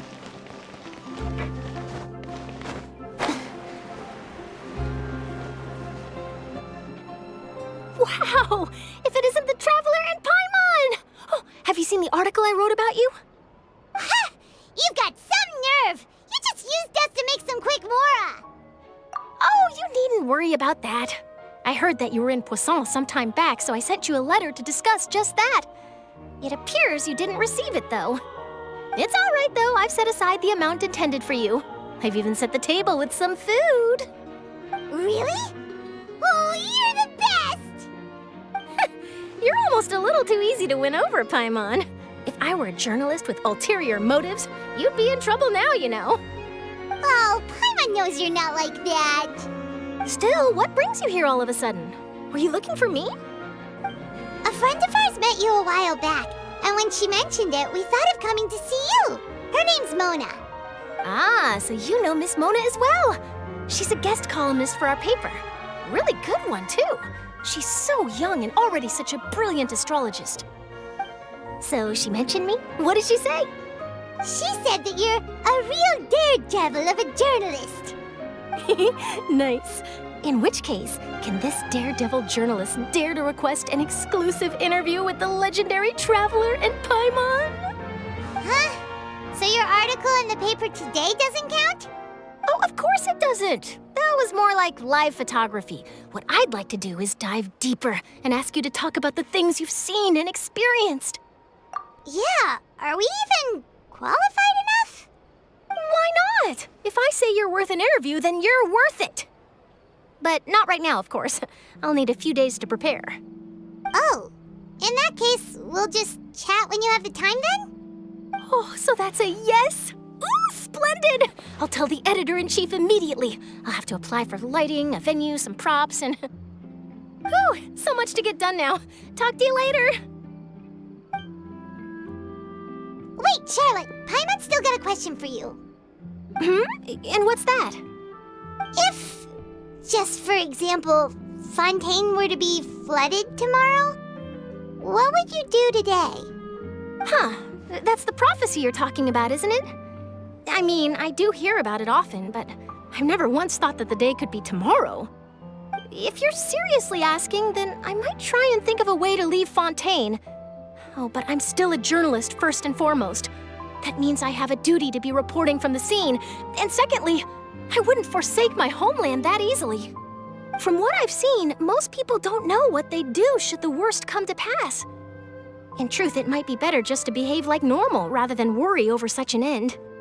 So in all likelihood, I'd probably still be prepping at the office for that interview of ours. I know what you're thinking. That sounds a bit sad, but I've always believed that it's best to do what you enjoy. Just think about it. If this nation really were to be suddenly destroyed tomorrow, but I still successfully finish an exclusive interview with a truly unique person, then the story I would wind up writing would truly be timeless. And then do you know what I'd do? Well, I'd write that story, send it for printing, and use messenger pigeons to get copies out to the various nations as soon as possible.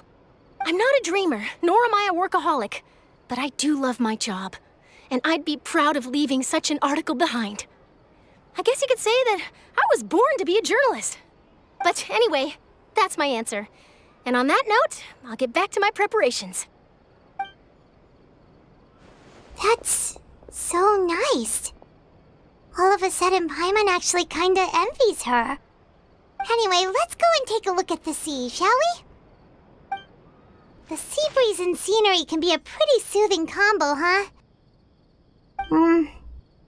Paimon's been thinking. If it wasn't Fontaine, but all of Tevat that would be destroyed tomorrow, Where would we go and what would we do? No, Paimon should ask, if you could choose, what would you like to do?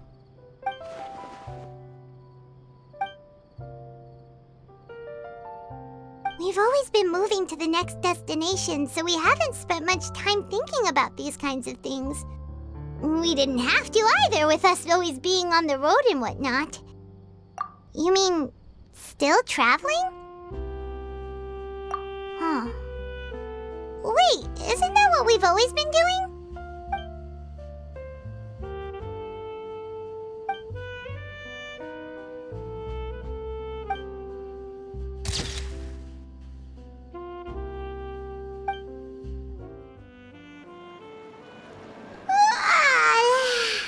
Feels like you'll grow mold if you stay here long enough. But it's still better than the Fortress of Meripede, that's for sure. It's not only damp there, but salty too. Ah, so the two of you are still here. Wonderful. Oh, you're from the Palais Mermonia, aren't you? Yes, I'm Isadora. Monsieur Nervillet sent me to look for you two before. I heard that afterward you went to the Fortress of Meripede. Not at all. I'm well aware that you're friends of his. Actually, I'm here to pass along a message from him. Yes, inside the Opera House. The Maréchaussée Phantom has declared the incident a small-scale riot. A riot? Well, that said, I don't personally think it was that serious. Lady Farina was watching a performance at the Opera House, and while she was resting during an intermission, some other audience members suddenly started harassing her, loudly accusing her of doing nothing about the prophecy crisis. And before she could respond, others started to join in. The crowd continued to grow, and protests against the Hydro Archon started to break out. So people have started to put the blame on Farina. Guess they finally found an outlet for the pressure they've been under due to the prophecy. I agree. People will naturally rely on gods, as is customary. But the moment people feel threatened, gods are also the first to be blamed. So what happened after that? Is Farina okay? Seeing that the situation was spiraling out of control and that further argument was pointless, she claimed that she'd gotten tired of this and left in a hurry. The Maréchaussée Phantom had their hands full maintaining order and did not catch where Lady Farina had gone. Only when things had stabilized did we realize that she had gone missing. So, you mean she's still missing? That's right. The Maréchaussée has dispatched many people to search for her, but we don't have any leads yet. That said, I don't think there's much to worry about. She is a god after all. Even if she were to fall into the hands of rioters, what could ordinary people do to her? Good. Monsieur Nervillet sent me to tell you about the situation, but he didn't say anything else. Don't worry, this is more than enough to go on. Thanks for keeping us informed. Ah, is that so? Well, all right then. In that case, you two take care. I'll be heading back to the Palais now.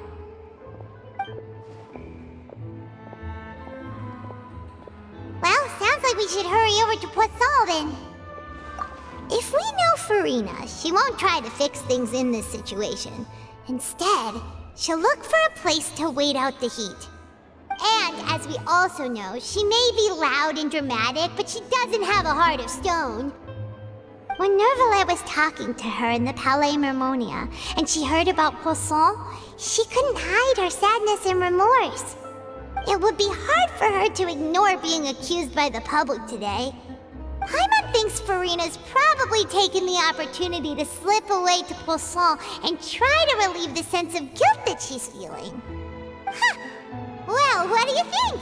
Paimon knows the answer, of course, but Paimon can do the analysis to back it up, too. Cool, huh? In that case, there's not a moment to lose. Poisson, here we come! This place looks deserted. I guess all the survivors must have evacuated already. All that's left here are signs of devastation.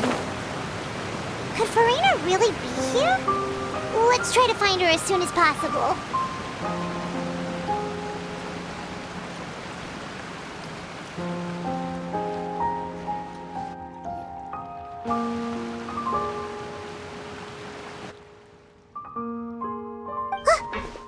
Farina, right over there! She really is here all on her own.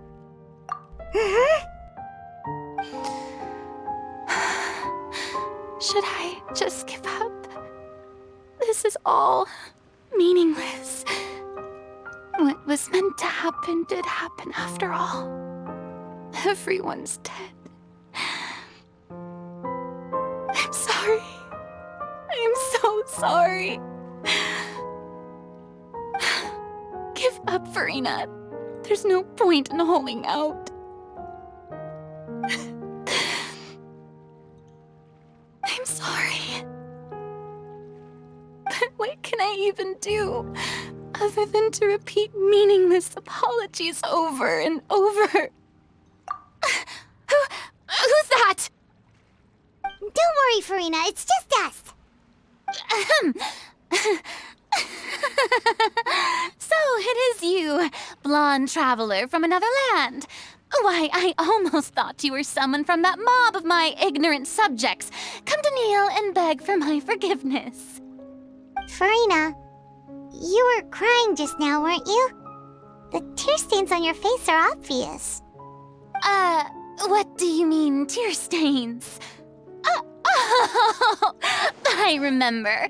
The show at the Opera House earlier this morning was so moving. I'm still trying to process it.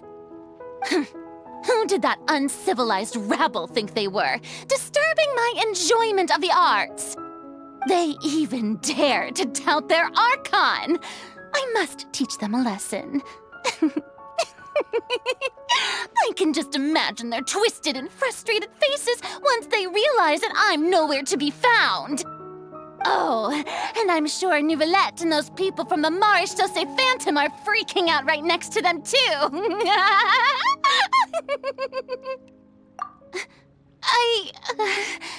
Of course not. Hey, there she is! The Hydro Archon's over there! Quick, after her! Farina, those people seem to be after you. They are? They're just some rabid fans who want to cut the line because they haven't been able to meet me in person, aren't they? That's against the rules. I can't let them get their way. Farina just ran off! Quick, we have to catch up with her!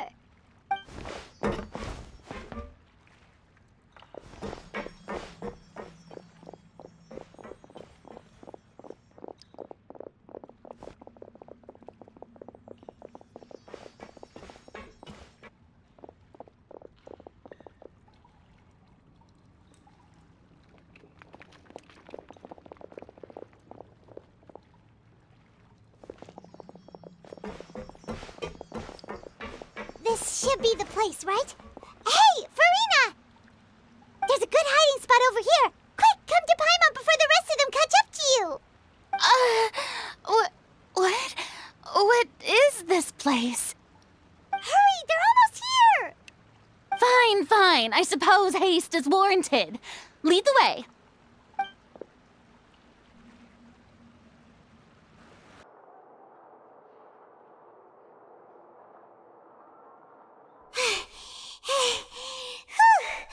Paimon's exhausted.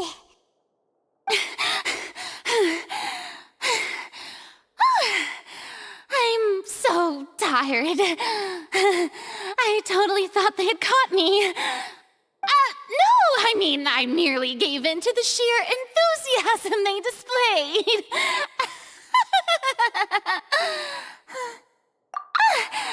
You're right. Yep, that's a good girl.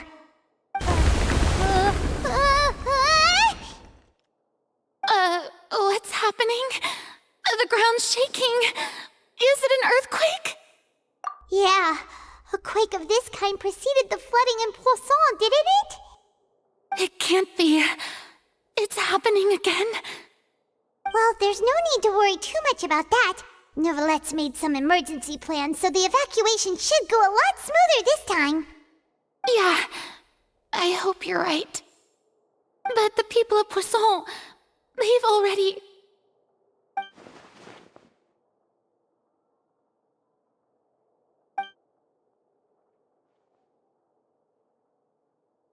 It's true. I've been investigating the prophecy for hundreds of years.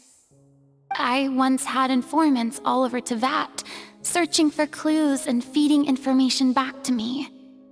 I've tried all kinds of ways, too, to hold back the sea. Anything to keep the coastline from advancing. But all my efforts proved to be futile in the end. Really, the truth has been clear to me for a very long time. We cannot make an enemy of the divine. No matter what we do, the will of the heavenly principles will have its way, and the prophecy shall be fulfilled. Give up.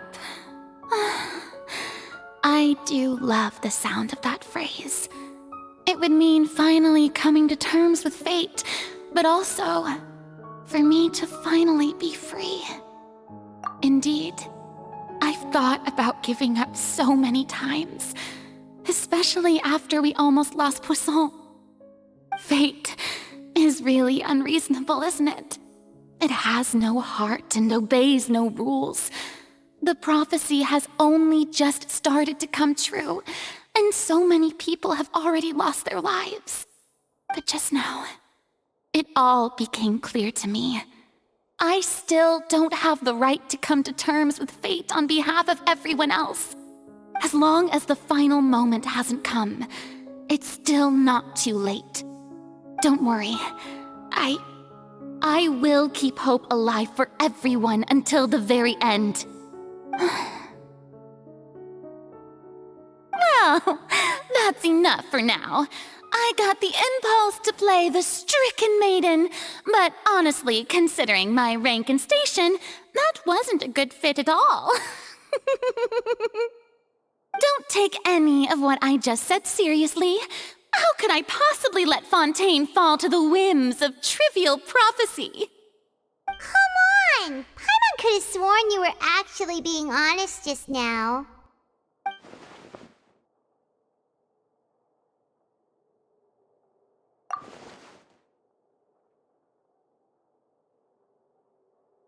Share my burden. That's impossible. It was fated right from the start that this would be my duty alone. A witness.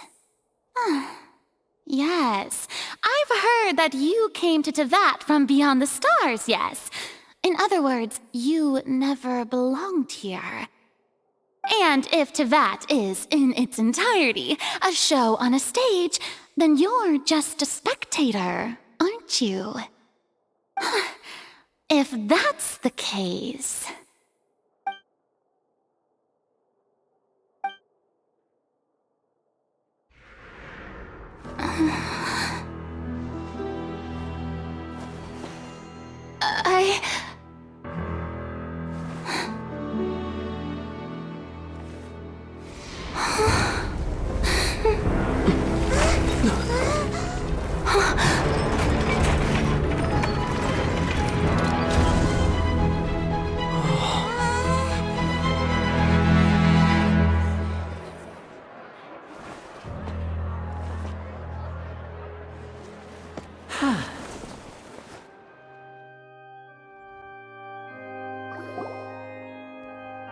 Ladies and gentlemen, this concludes my opening performance.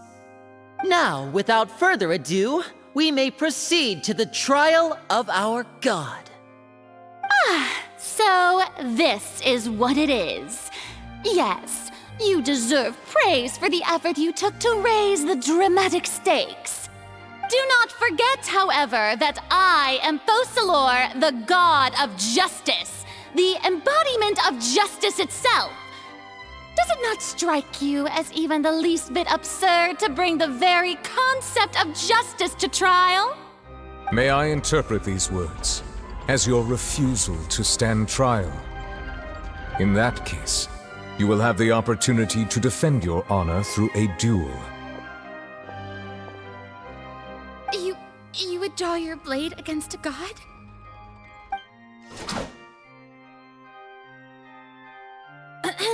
I see. It seems like you have made up your mind.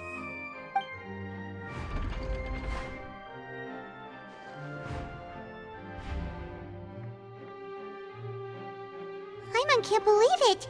She just surrendered. What the heck is going on? Did I just see an Archon surrender to a human? Wow, how utterly humiliating. Lady Farina, what is the meaning of this? It would seem that there has been a misunderstanding. To be clear, the raising of both hands is not always an indication of surrender. Looking for excuses again, huh? I raised my hands just now to indicate my acceptance of the trial. No duel shall be necessary. I will admit that I've been running away for a long time. I'm sorry, everyone. I was unable to protect the people of Poisson. It is my duty to stand trial for my crimes. You are not the only ones to be disappointed in me. I, too, am exceedingly disappointed in myself. But now, it is time for the Hydro Archon to show you her courage and resolve. I, Farina, will use this trial to show the world the true meaning of justice! This time, I will protect you. Applaud and rejoice! One of the most outrageous and fantastical arcs known to the opera epiclese is now unfolding before your eyes. Mark my words, this shall be one of the most exhilarating and brilliant shows ever to grace the stage of Fontaine! The trial of the Hydro Archon, Focalor, will now begin! Woohoo! Oh, now we're making history! Why does it feel like Farina just took over the whole thing? Like, come on! Didn't she just get forced to stand trial for her crimes? Also, even though she's still acting super dramatic, she is taking this seriously this time, right? All right, then. Who will be my opponent in this trial? The court asks the prosecutor to please take the stand. Is that so? Very well. Then please speak, witness of Tivat, my accuser and fated opponent.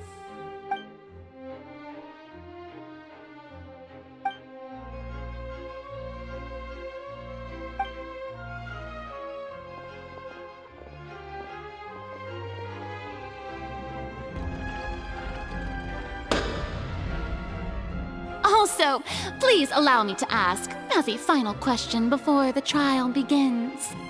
Just how much work did you do to force me onto this stage? Well, we did do a lot of prep after the meeting that day. I can go over the tasks assigned to the Spina di Rosula, since they were rather straightforward and easy.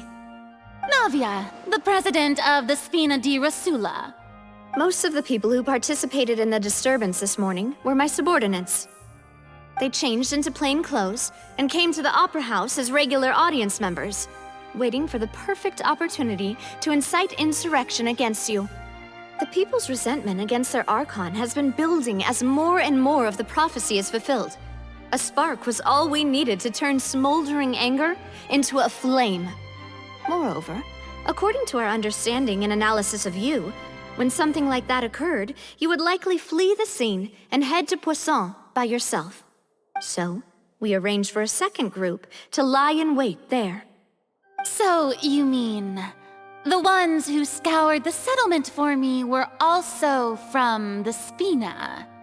And their goal was to force you to step into the giant magic box so you may personally participate in the greatest magic performance in all of Fontainian history. That's right. That house was a magic box, rather than someone's residence.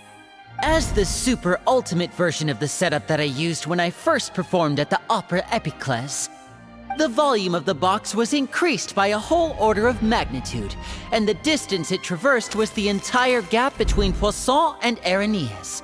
Its cargo, of course, was an Archon instead of a human. My thanks, Farina. Without your help, we could never have pulled off such an extraordinary performance. You're welcome? Of course, this performance was only made possible with Father's support. The House of the Hearth spent a massive amount of labor in Mora to pull this off. We had to select a location, construct a giant magic box, dig a tunnel, and open up a path through the water. It was a lot of work for all of us. So, in other words, the earthquake that we felt within the giant magic box was just a normal tremor from the transportation of the whole house? That's right. It wasn't a sign of another disaster to come. Then, I can guess Nervilette and Cloran's parts. You gathered a crowd, prepared a stage, and made sure that the champion duelist would be immediately ready for a fight. Also that as soon as I appeared on the stage, the trial may commence without a hitch. Am I right? Yes, that is correct. Well, Cloran, I must commend you for your courage. Only the most outstanding champion duelist in all of Fontaine would accept a duel with an Archon without flinching. Thank you. As for you, Traveler, I suppose your role was to keep me distracted with conversation once you found me in Poisson. You'd make sure that I didn't notice anything amiss before revealing yourself as my prosecutor once we'd arrived onto the stage. Oh?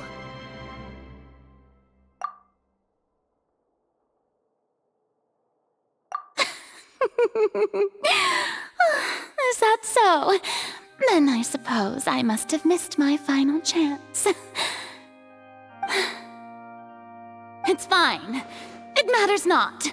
What's done is done. The stage is already set, so there's no reason to disappoint the audience. Let's see this trial through to the very end.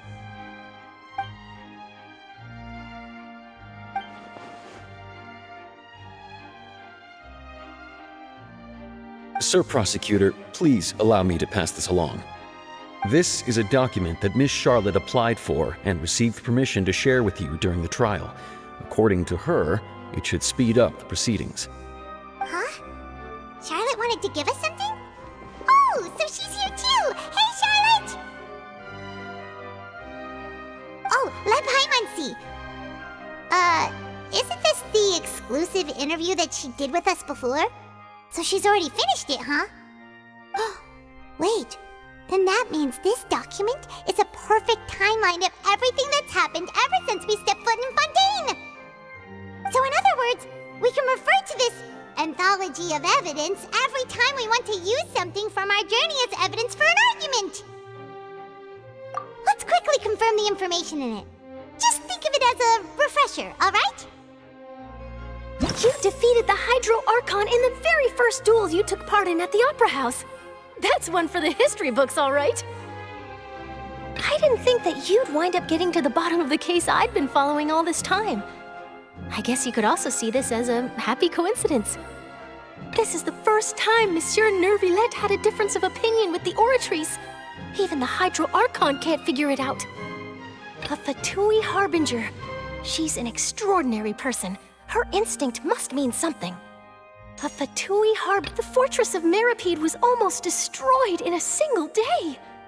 That I didn't witness that scene personally will always be a source of professional regret, I think. According to Monsieur Nervilette, both Child and that whale should have been in the Primordial Sea at that time. I nearly lost my awesome friend Navia. To be honest, that still gives me shivers. The words of someone as extraordinary as a witch can probably only be truly understood when something surreal happens to you.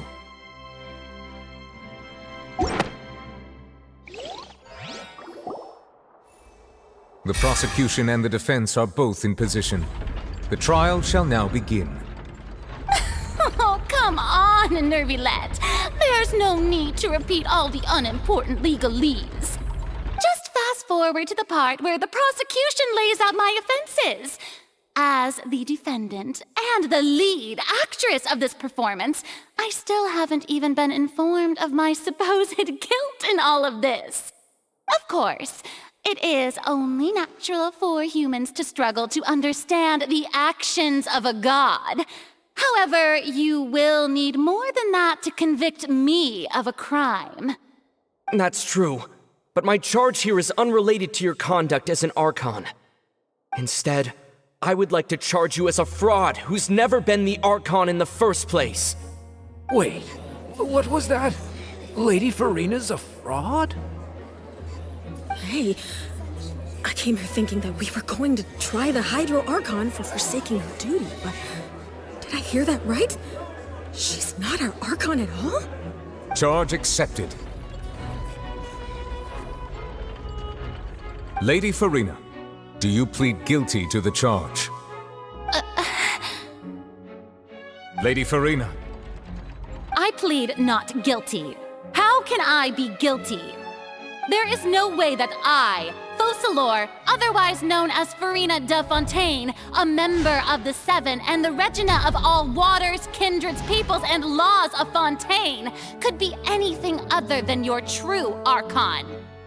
Yeah, even though Lady Farina can be rather eccentric, isn't it going too far to doubt her very identity? Yeah, I've never questioned her identity either. Sure, Lady Farina can be super irresponsible, but what grounds does that prosecutor have to make such a huge claim? I have cause to believe that common sense will prevail in this case. Many of the members of the audience have known me as the Hydro Archon ever since they were born. There would be no fooling their memory. See? Even the Oratrice has decided to show me its favor. Are you sure you want to commit to a charge that will never be upheld? If you wish to drop the case, I can promise you as the God of Justice that you will not have to face trial for making a false accusation. We will treat everything that's happened as a dramatic spectacle and move on with our lives. What do you say to that? Huh. An argument with near impossible odds, huh? You have to not only refute Farina's claims, but also overturn the long-held beliefs of the people.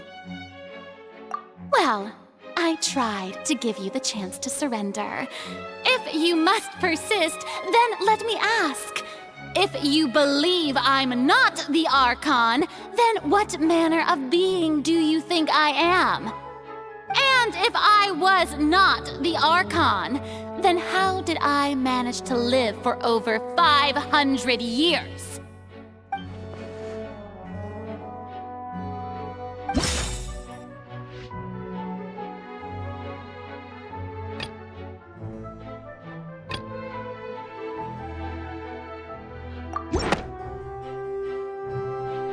First of all, you may be a member of another long-lived race, which would allow you to naturally possess an extended lifespan. And second of all, even if that wasn't the case, there could be other ways to extend your life. Who gave you that idea? Was it the knave? You'd sink so low as to use a harbinger's words against me. A curse? I once thought it possible that the aura of an Archon might naturally resemble a type of curse. But in light of this claim, perhaps what I sensed was not your divinity, but a curse after all. You sensed it too, huh, Nervalet? Lady Farina is actually a human? Well, it is true that it's extremely difficult to tell humans and gods apart just by looking at them. It's not impossible.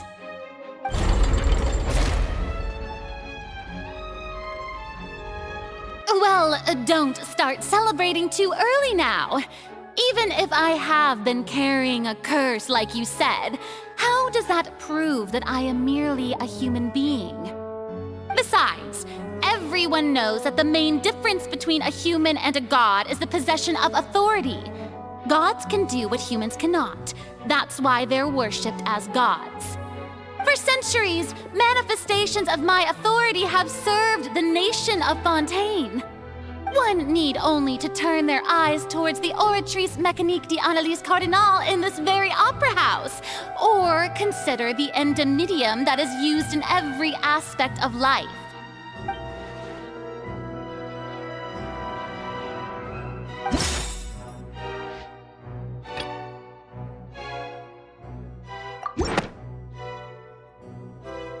You tried to reference the Oratrice.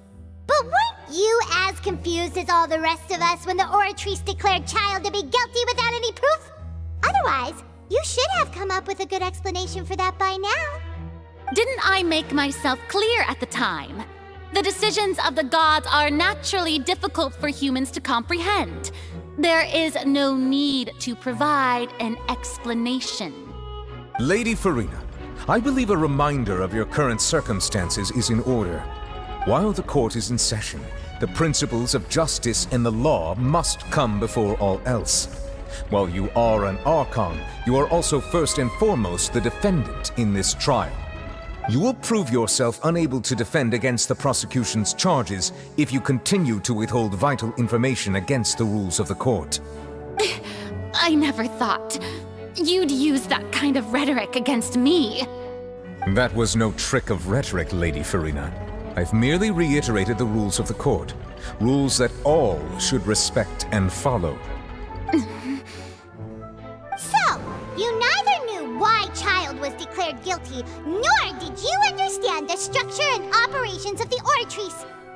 Instead of having been created by you, the manifestations of authority you mentioned have been made by the real Hydro Archon, haven't they?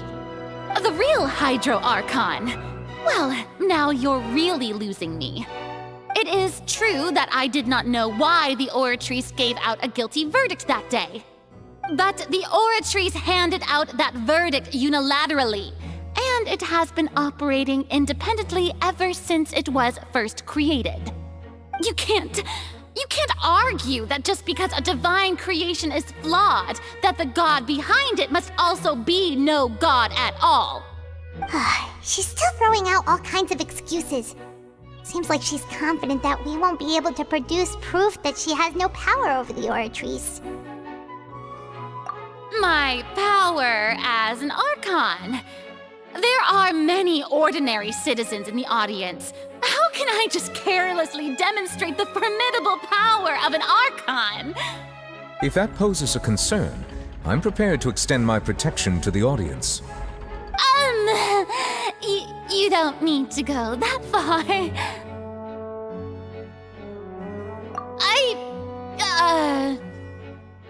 Aren't you the Hydro Archon? Or is it that you can't even wield the power of Hydro, much less the authority of a god? Indemnitium! Yes! It's all because of Indemnitium! All Archons derive their power from the faith of the people, and I've converted the people's faith in justice into Indemnitium. Thus did I give up all of my divine power to provide everyone with energy for their daily lives. Have you ever seen a more magnanimous god? Isn't that a huge stretch? Yeah, no matter how generous an Archon can be, how could they give up all their power? Can a god with no power even still be called a god?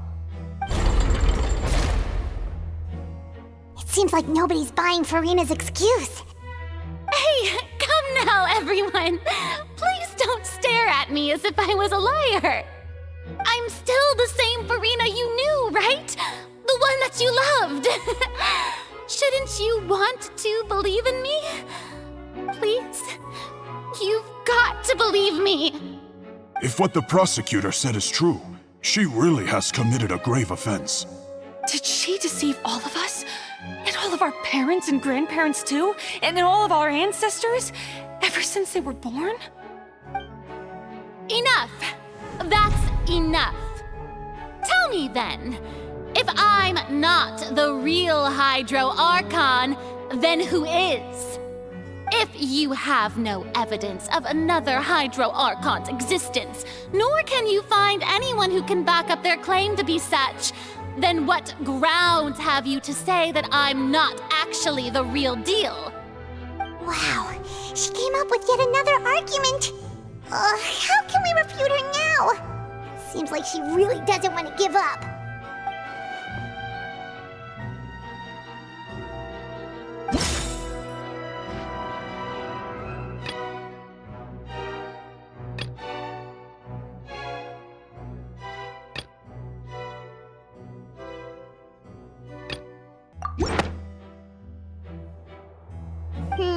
That doesn't sound right.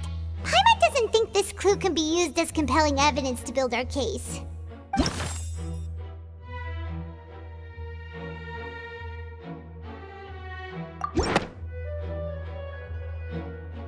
It has been established that all Fontainians can dissolve in water from the primordial sea. And that means... Since you insist on claiming to be a god and not a human, then there's a method that you can use right here and now to eliminate all suspicions of you being the latter. Miss Navia, please apply to serve as a temporary attorney for the prosecution before addressing the court. Though you act in partnership with the prosecutor, you must still adhere to proper procedure. Super sorry, Monsieur Chief Justice. I swear this really will be the last time that I'll speak out of turn. Now, I've brought some seawater from Poisson. As everyone knows, a massive flood struck the area not long ago, taking many lives, including those of some of my closest friends. So, Miss Farina, would you dare to touch some of this seawater? If we are to believe that you are indeed the real Hydro Archon, touching this seawater would have no effect on you. All it should do is strengthen your case. But if you don't dare to touch it, then we would have basically proved the reverse. Oh, and I must remind you that after the disaster at Poisson, nobody wants to see any more people dissolve. I do hope you'll act prudently and choose the simpler path of admitting guilt. Navia from the Spina di Rasula. The Spina has governed Poisson for many years. I guess her suggestion is valid. If Lady Farina is indeed just a human, she's probably Fontainian like all the rest of us. Would she really dare to try?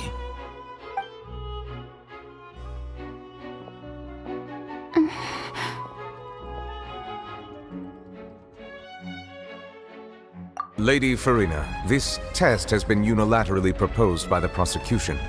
As it falls outside the realm of standard court proceedings, you possess the right to decline participation. Well, of course he had to tell her that. But refusing to participate is basically the same as a confession of guilt. She's just staring at the water without saying a single word. It really does seem like she's quite terrified of it. That could only mean... What's going on? Is she really planning to... That's not what we thought she would...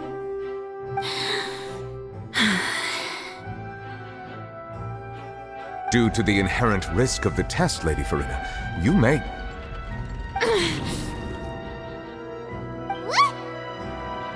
Hey!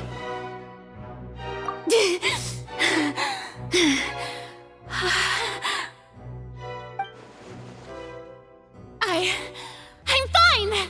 Look at me, everyone! My hand is still here! I haven't been dissolved! Will you believe me now? I really am your Archon! I'm nothing like a normal human who would fall apart as soon as they touch this water! Really? Was this not the most obvious thing in the world? Miss Siegewing? If you are present, Miss Siegewing, please come forward and attend to the defendant. Siegewing? Don't be nervous. It'll just take a few seconds. Let me see. That should be enough. Please announce the results of your evaluation to the court, Miss Siegewing. As everyone doubtlessly saw, Miss Farina was displaying symptoms of hyperventilation and flushed skin. These indicate that she was experiencing the adverse effects of exposure to primordial seawater. The extent to which she was affected is the same as other humans when exposed to primordial seawater of a similar concentration. Thank you, Miss Siegewing. Lady Farina, you may return to the defendant's stand. Oh, wait! What did she just say? I didn't get dissolved! Shouldn't that be enough to prove my innocence? Well, considering your tendency to run from your problems, we did originally prepare a direct sample of the seawater around Poisson. However, after extensive discussion, we exchanged it for a sample that is not concentrated enough to dissolve an actual human. After all, on the off chance that something entirely unexpected might occur, we don't want anyone else to lose their life to the sea. Yeah, so out of regard for Farina's life, you secured a low-concentration sample and asked the head nurse to serve as an expert witness. It's a great thing that the direct sample wasn't actually used. Farina could have... I can't believe... you...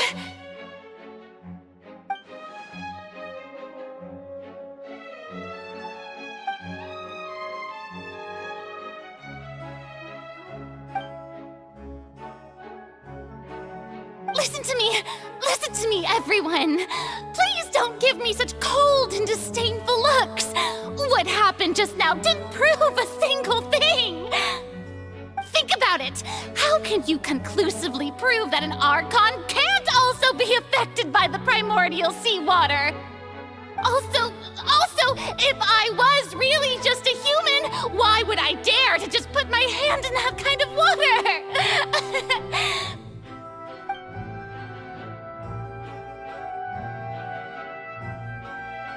Please, everyone, anyone, just listen to me! I swear, I really am your Archon!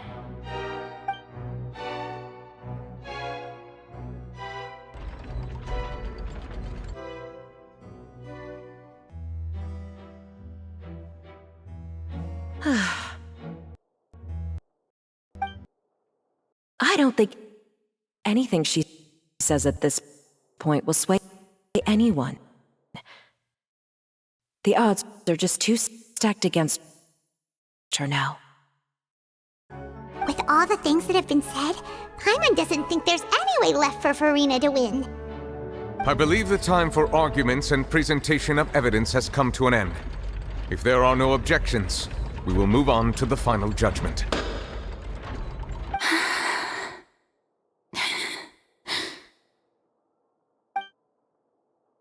I don't think anything she says at this point will sway her. She's too stacked against her now.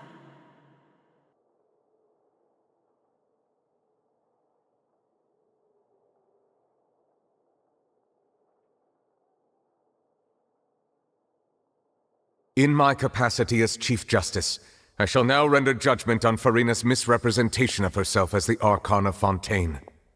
As a human who knowingly deceived her fellow citizens, Farina is... guilty.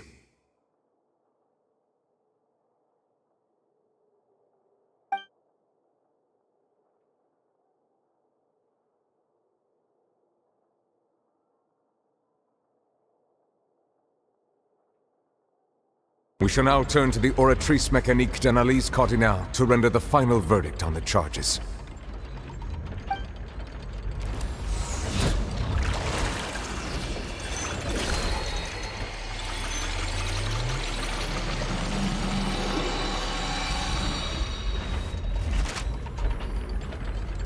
According to the judgment of the Oratrice Mécanique d'Analyse Cardinale, Farina is...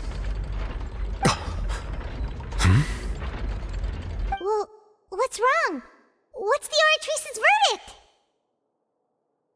No, the Oratrice also displays a guilty verdict. Isn't that correct then? However, the exact wording of the verdict is thus: the Hydro Archon, guilty, to be punished via the death sentence. The death sentence? That's actually one of the available sentences? I've always thought that it was just a myth. The one and only time the death sentence has been handed out at the court, and it's been given to the very person we've worshipped as the god of justice? What an unexpected twist. Farina's been sentenced to death by the Oratrice? We just wanted to use the trial to show her the seriousness of things so she'd tell us the truth. How did things escalate this quickly? This outcome is indeed quite strange.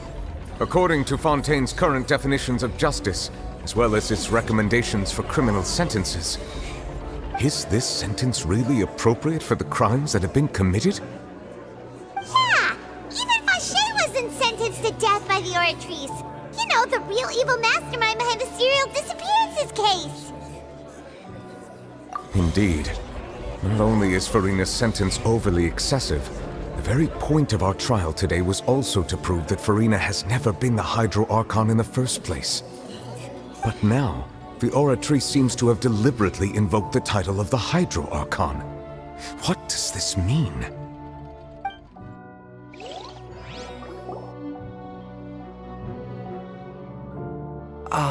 Excuse me, if I may interrupt. Is the trial still going? Fremine! You finally made it. I assume this means you've completed your mission? Mm-hmm. Any mission Father assigns to me will always be top priority.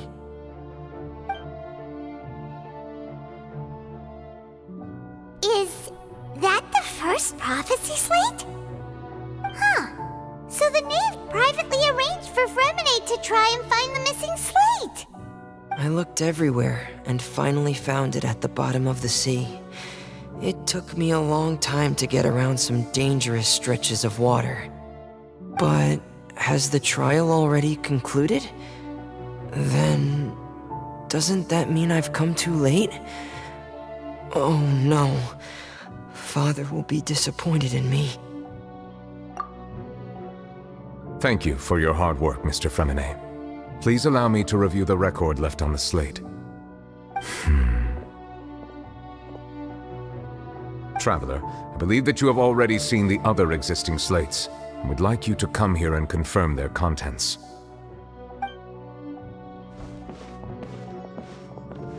Huh? So what do you see? What is it?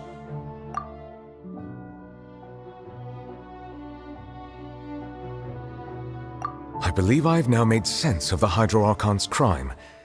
It has to do with Fontaine's lost history. Huh?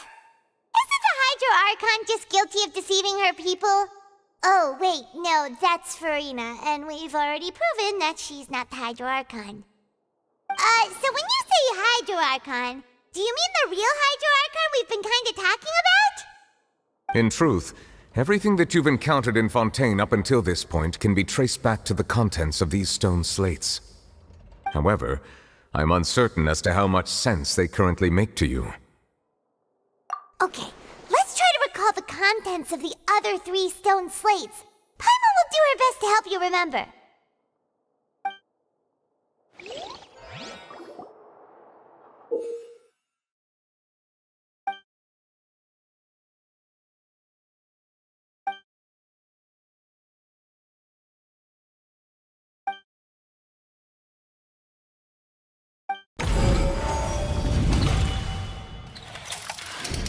The first stone slate describes what you just said.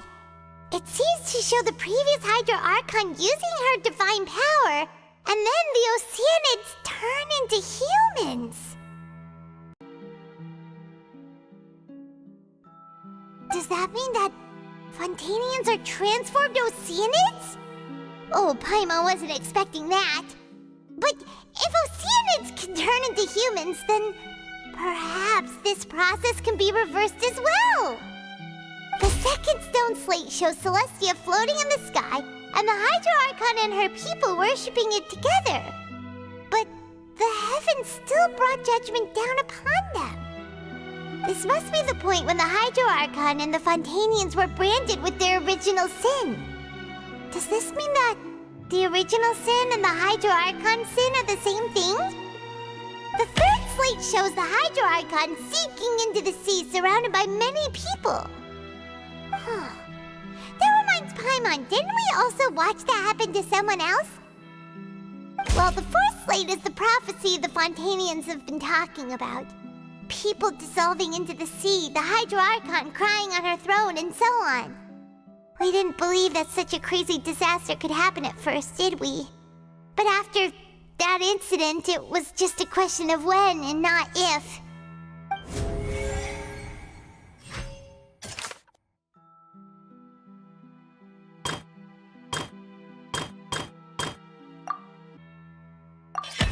It's not as simple as falling into the sea. When Navia fell into the sea, her consciousness was subjected to judgment. The stone slates show the people gathered around the Hydro Archon in the sea.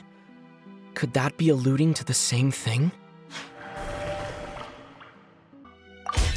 We know from the case of the serial disappearances of young women that Fontainians can be dissolved in primordial seawater, and the first stone slate tells us that long ago, the Hydro Archon used her power to turn Oceanids into humans. This might be the reason that Fontainians can dissolve.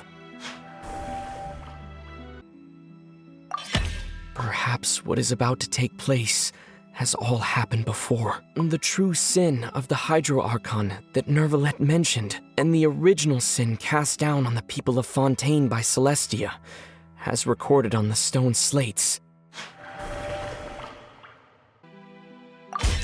The prophecy from the stone slates found its way into society, but not many people believed it at first. The fortress of Meropide was nearly flooded with primordial seawater, which we know can cause Fontainians to dissolve. It seems increasingly likely that the prophecy may come true. If we hadn't dealt with it in time, things could have gone very badly. They'll dissolve into the primordial sea but won't cease to exist. Their essence will flow in the seawater, converge, and take the form of an Oceanid. The Hydro Archon was sentenced to death in court, shocking everyone present. Perhaps this means that her sin was actually Fontaine's original sin.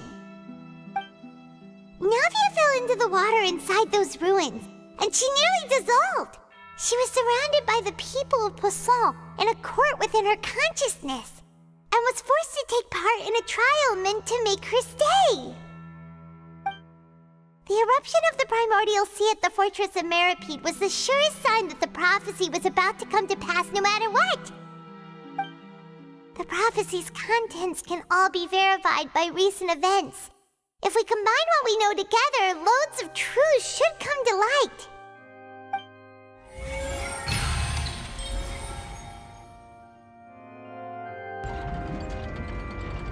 Huh? Oh, Paimon gets it now! So that's how you can make sense of it. But then it feels like we're going to have to share some truly shocking revelations. Let's hear them. Incredible. Linny, did you hear that? We're not real humans. All Fontainians were originally created by the late previous Hydro Archon, with Oceanids as their basis. The evidence for that can be found in how only Fontainians could dissolve in primordial seawater, and how all the girls Vacher dissolved were also turned into Oceanids. Oh, and according to Navia, when she was about to get dissolved, she also saw everyone gathered around for a trial, all of them in the shape of Oceanids. Indeed. Yeah, and it follows from the content of the first slate that she probably angered Celestia by creating humans without prior permission. That could also explain why the Oratrice judged the Hydro Archon to be guilty. It's to account for that ancient sin. The Hydro Archon's true sin was creating us? And yet, after many hundreds of years, the Hydro Archon's creations have turned around to try to judge the Archon within the Opera Epiclese. The twists of history are often the most unexpected of all. Yeah, isn't the image here just like when Navia fell into the sea? So wouldn't it be trying to show the image of the Hydro Archon also falling into the sea once the prophecy has been fulfilled in the fourth slate? In the end, the people will all be dissolved into the waters, and only the Hydro Archon will remain weeping on her throne. Only then will the sins of the people of Fontaine be washed away. Did Paimon get all that right? You've made some keen deductions. I must say, given how much you still don't know, it is impressive that you've already managed to connect so many pieces of the truth. However, while you were able to decode all the information on the slates, they've also been etched with an additional layer of hidden information using a different power source. When we were at the ruins, I tried to decipher the hidden information recorded in the slates. But since we only had 3 slates at the time, I was unable to come to a full conclusion. Now that the slate collection is complete, I shall make another attempt to decipher the narrative recorded within. If everything goes well, we should finally be informed of the unadulterated truth.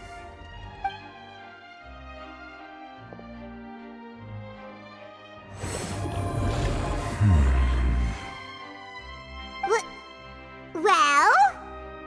Did you get it?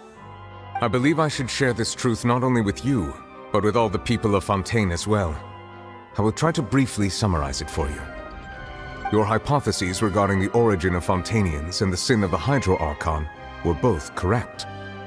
In the Fontaine of old, the previous Hydro Archon sensed the yearning of her Oceanid familiars for life on land. The Oceanids were enamored with the beauty and romanticism of human beings, and wishing to have those experiences for themselves, expressed to the Hydro Archon their desire to become of a similar kind. However, even though water as an element is intricately linked with the power of life, the Hydro Archon, as one of the 7, did not possess the authority to create a new form of human life. Not one to give in, she eventually found a way to create permanent humanoid bodies for her familiars by appropriating the power of this planet's primordial sea. She poured primordial seawater into the Oceanids' blood vessels, creating humanoid mimics in the process. But if Fontainians were to ever come into direct contact with water from the primordial sea, the power within their bodies would escape these artificial restraints and return to the sea.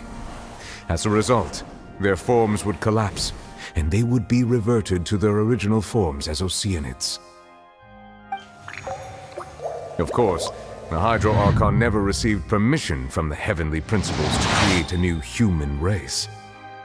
And thus, the Hydro Archon and all of her creations came to shoulder the original sin of appropriating the power of the primordial sea. That is the true history of how the people of Fontaine first came into being. So we were all Oceanids before we turned into human beings? That's way too much information for me. I think I'm just going to pretend that I never heard a single thing. Wait, but if that's the truth, we can't let the Hydro Archon be sentenced to death. After all, her only sin was creating us. This really might be too much information for your regular Fontainian, but it does answer a lot of our questions. Alas, your hypothesis regarding the 3rd and 4th stone slates was inaccurate. The slates' respective positions are, in fact, correct. A key point of the visual on the 3rd slate is how all the individuals depicted in the water are humans rather than Oceanids. They have not been dissolved, which implies that the water depicted in this slate is not water from the primordial sea. The nation of Fontaine is the nation of Hydro, as well as the nation of trials and justice. Instead of being the literal element, the water in the scene symbolizes judgment and justice. You may also recall Navia's experience. When she fell into the sea, her consciousness was surrounded by that of many others who intended to hold a trial to determine her fate. Therefore, the meaning of the 3rd slate is that the people of Fontaine shall try the Hydro Archon at the court of justice. Yes, it refers to our present situation.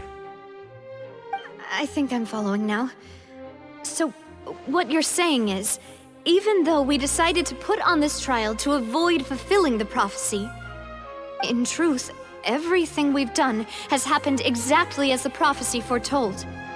So now, it seems, we're the ones making sure it comes true. What should we do? Huh. No matter what, the prophecy will be fulfilled. Is this what it feels like to be a prisoner of fate? If that's the case, does that mean the scene in the fourth slate will also be fulfilled soon? Traveler, I would like to point out another small fallacy in your deductions. About the fourth slate, you probably thought that the eruption of primordial seawater beneath the fortress of Masquerade served as the surest sign that the prophecy was about to come to pass, yes? However, I believe that rather than being a sure sign, that eruption could in fact only be a small warning of something far worse to come. As for the root cause of the catastrophe, I believe you've already encountered it once before.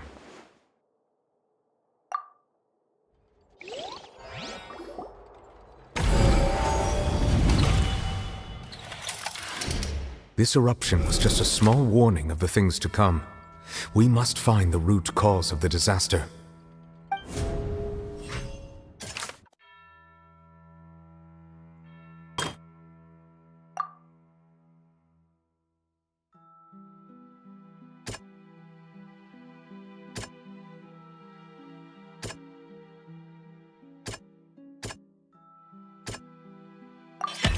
It was both dream and reality. If we're talking about a true culprit, that could only be that thing inside the primordial sea, right? The truth, the original sin, the trial, and the root cause of the disaster.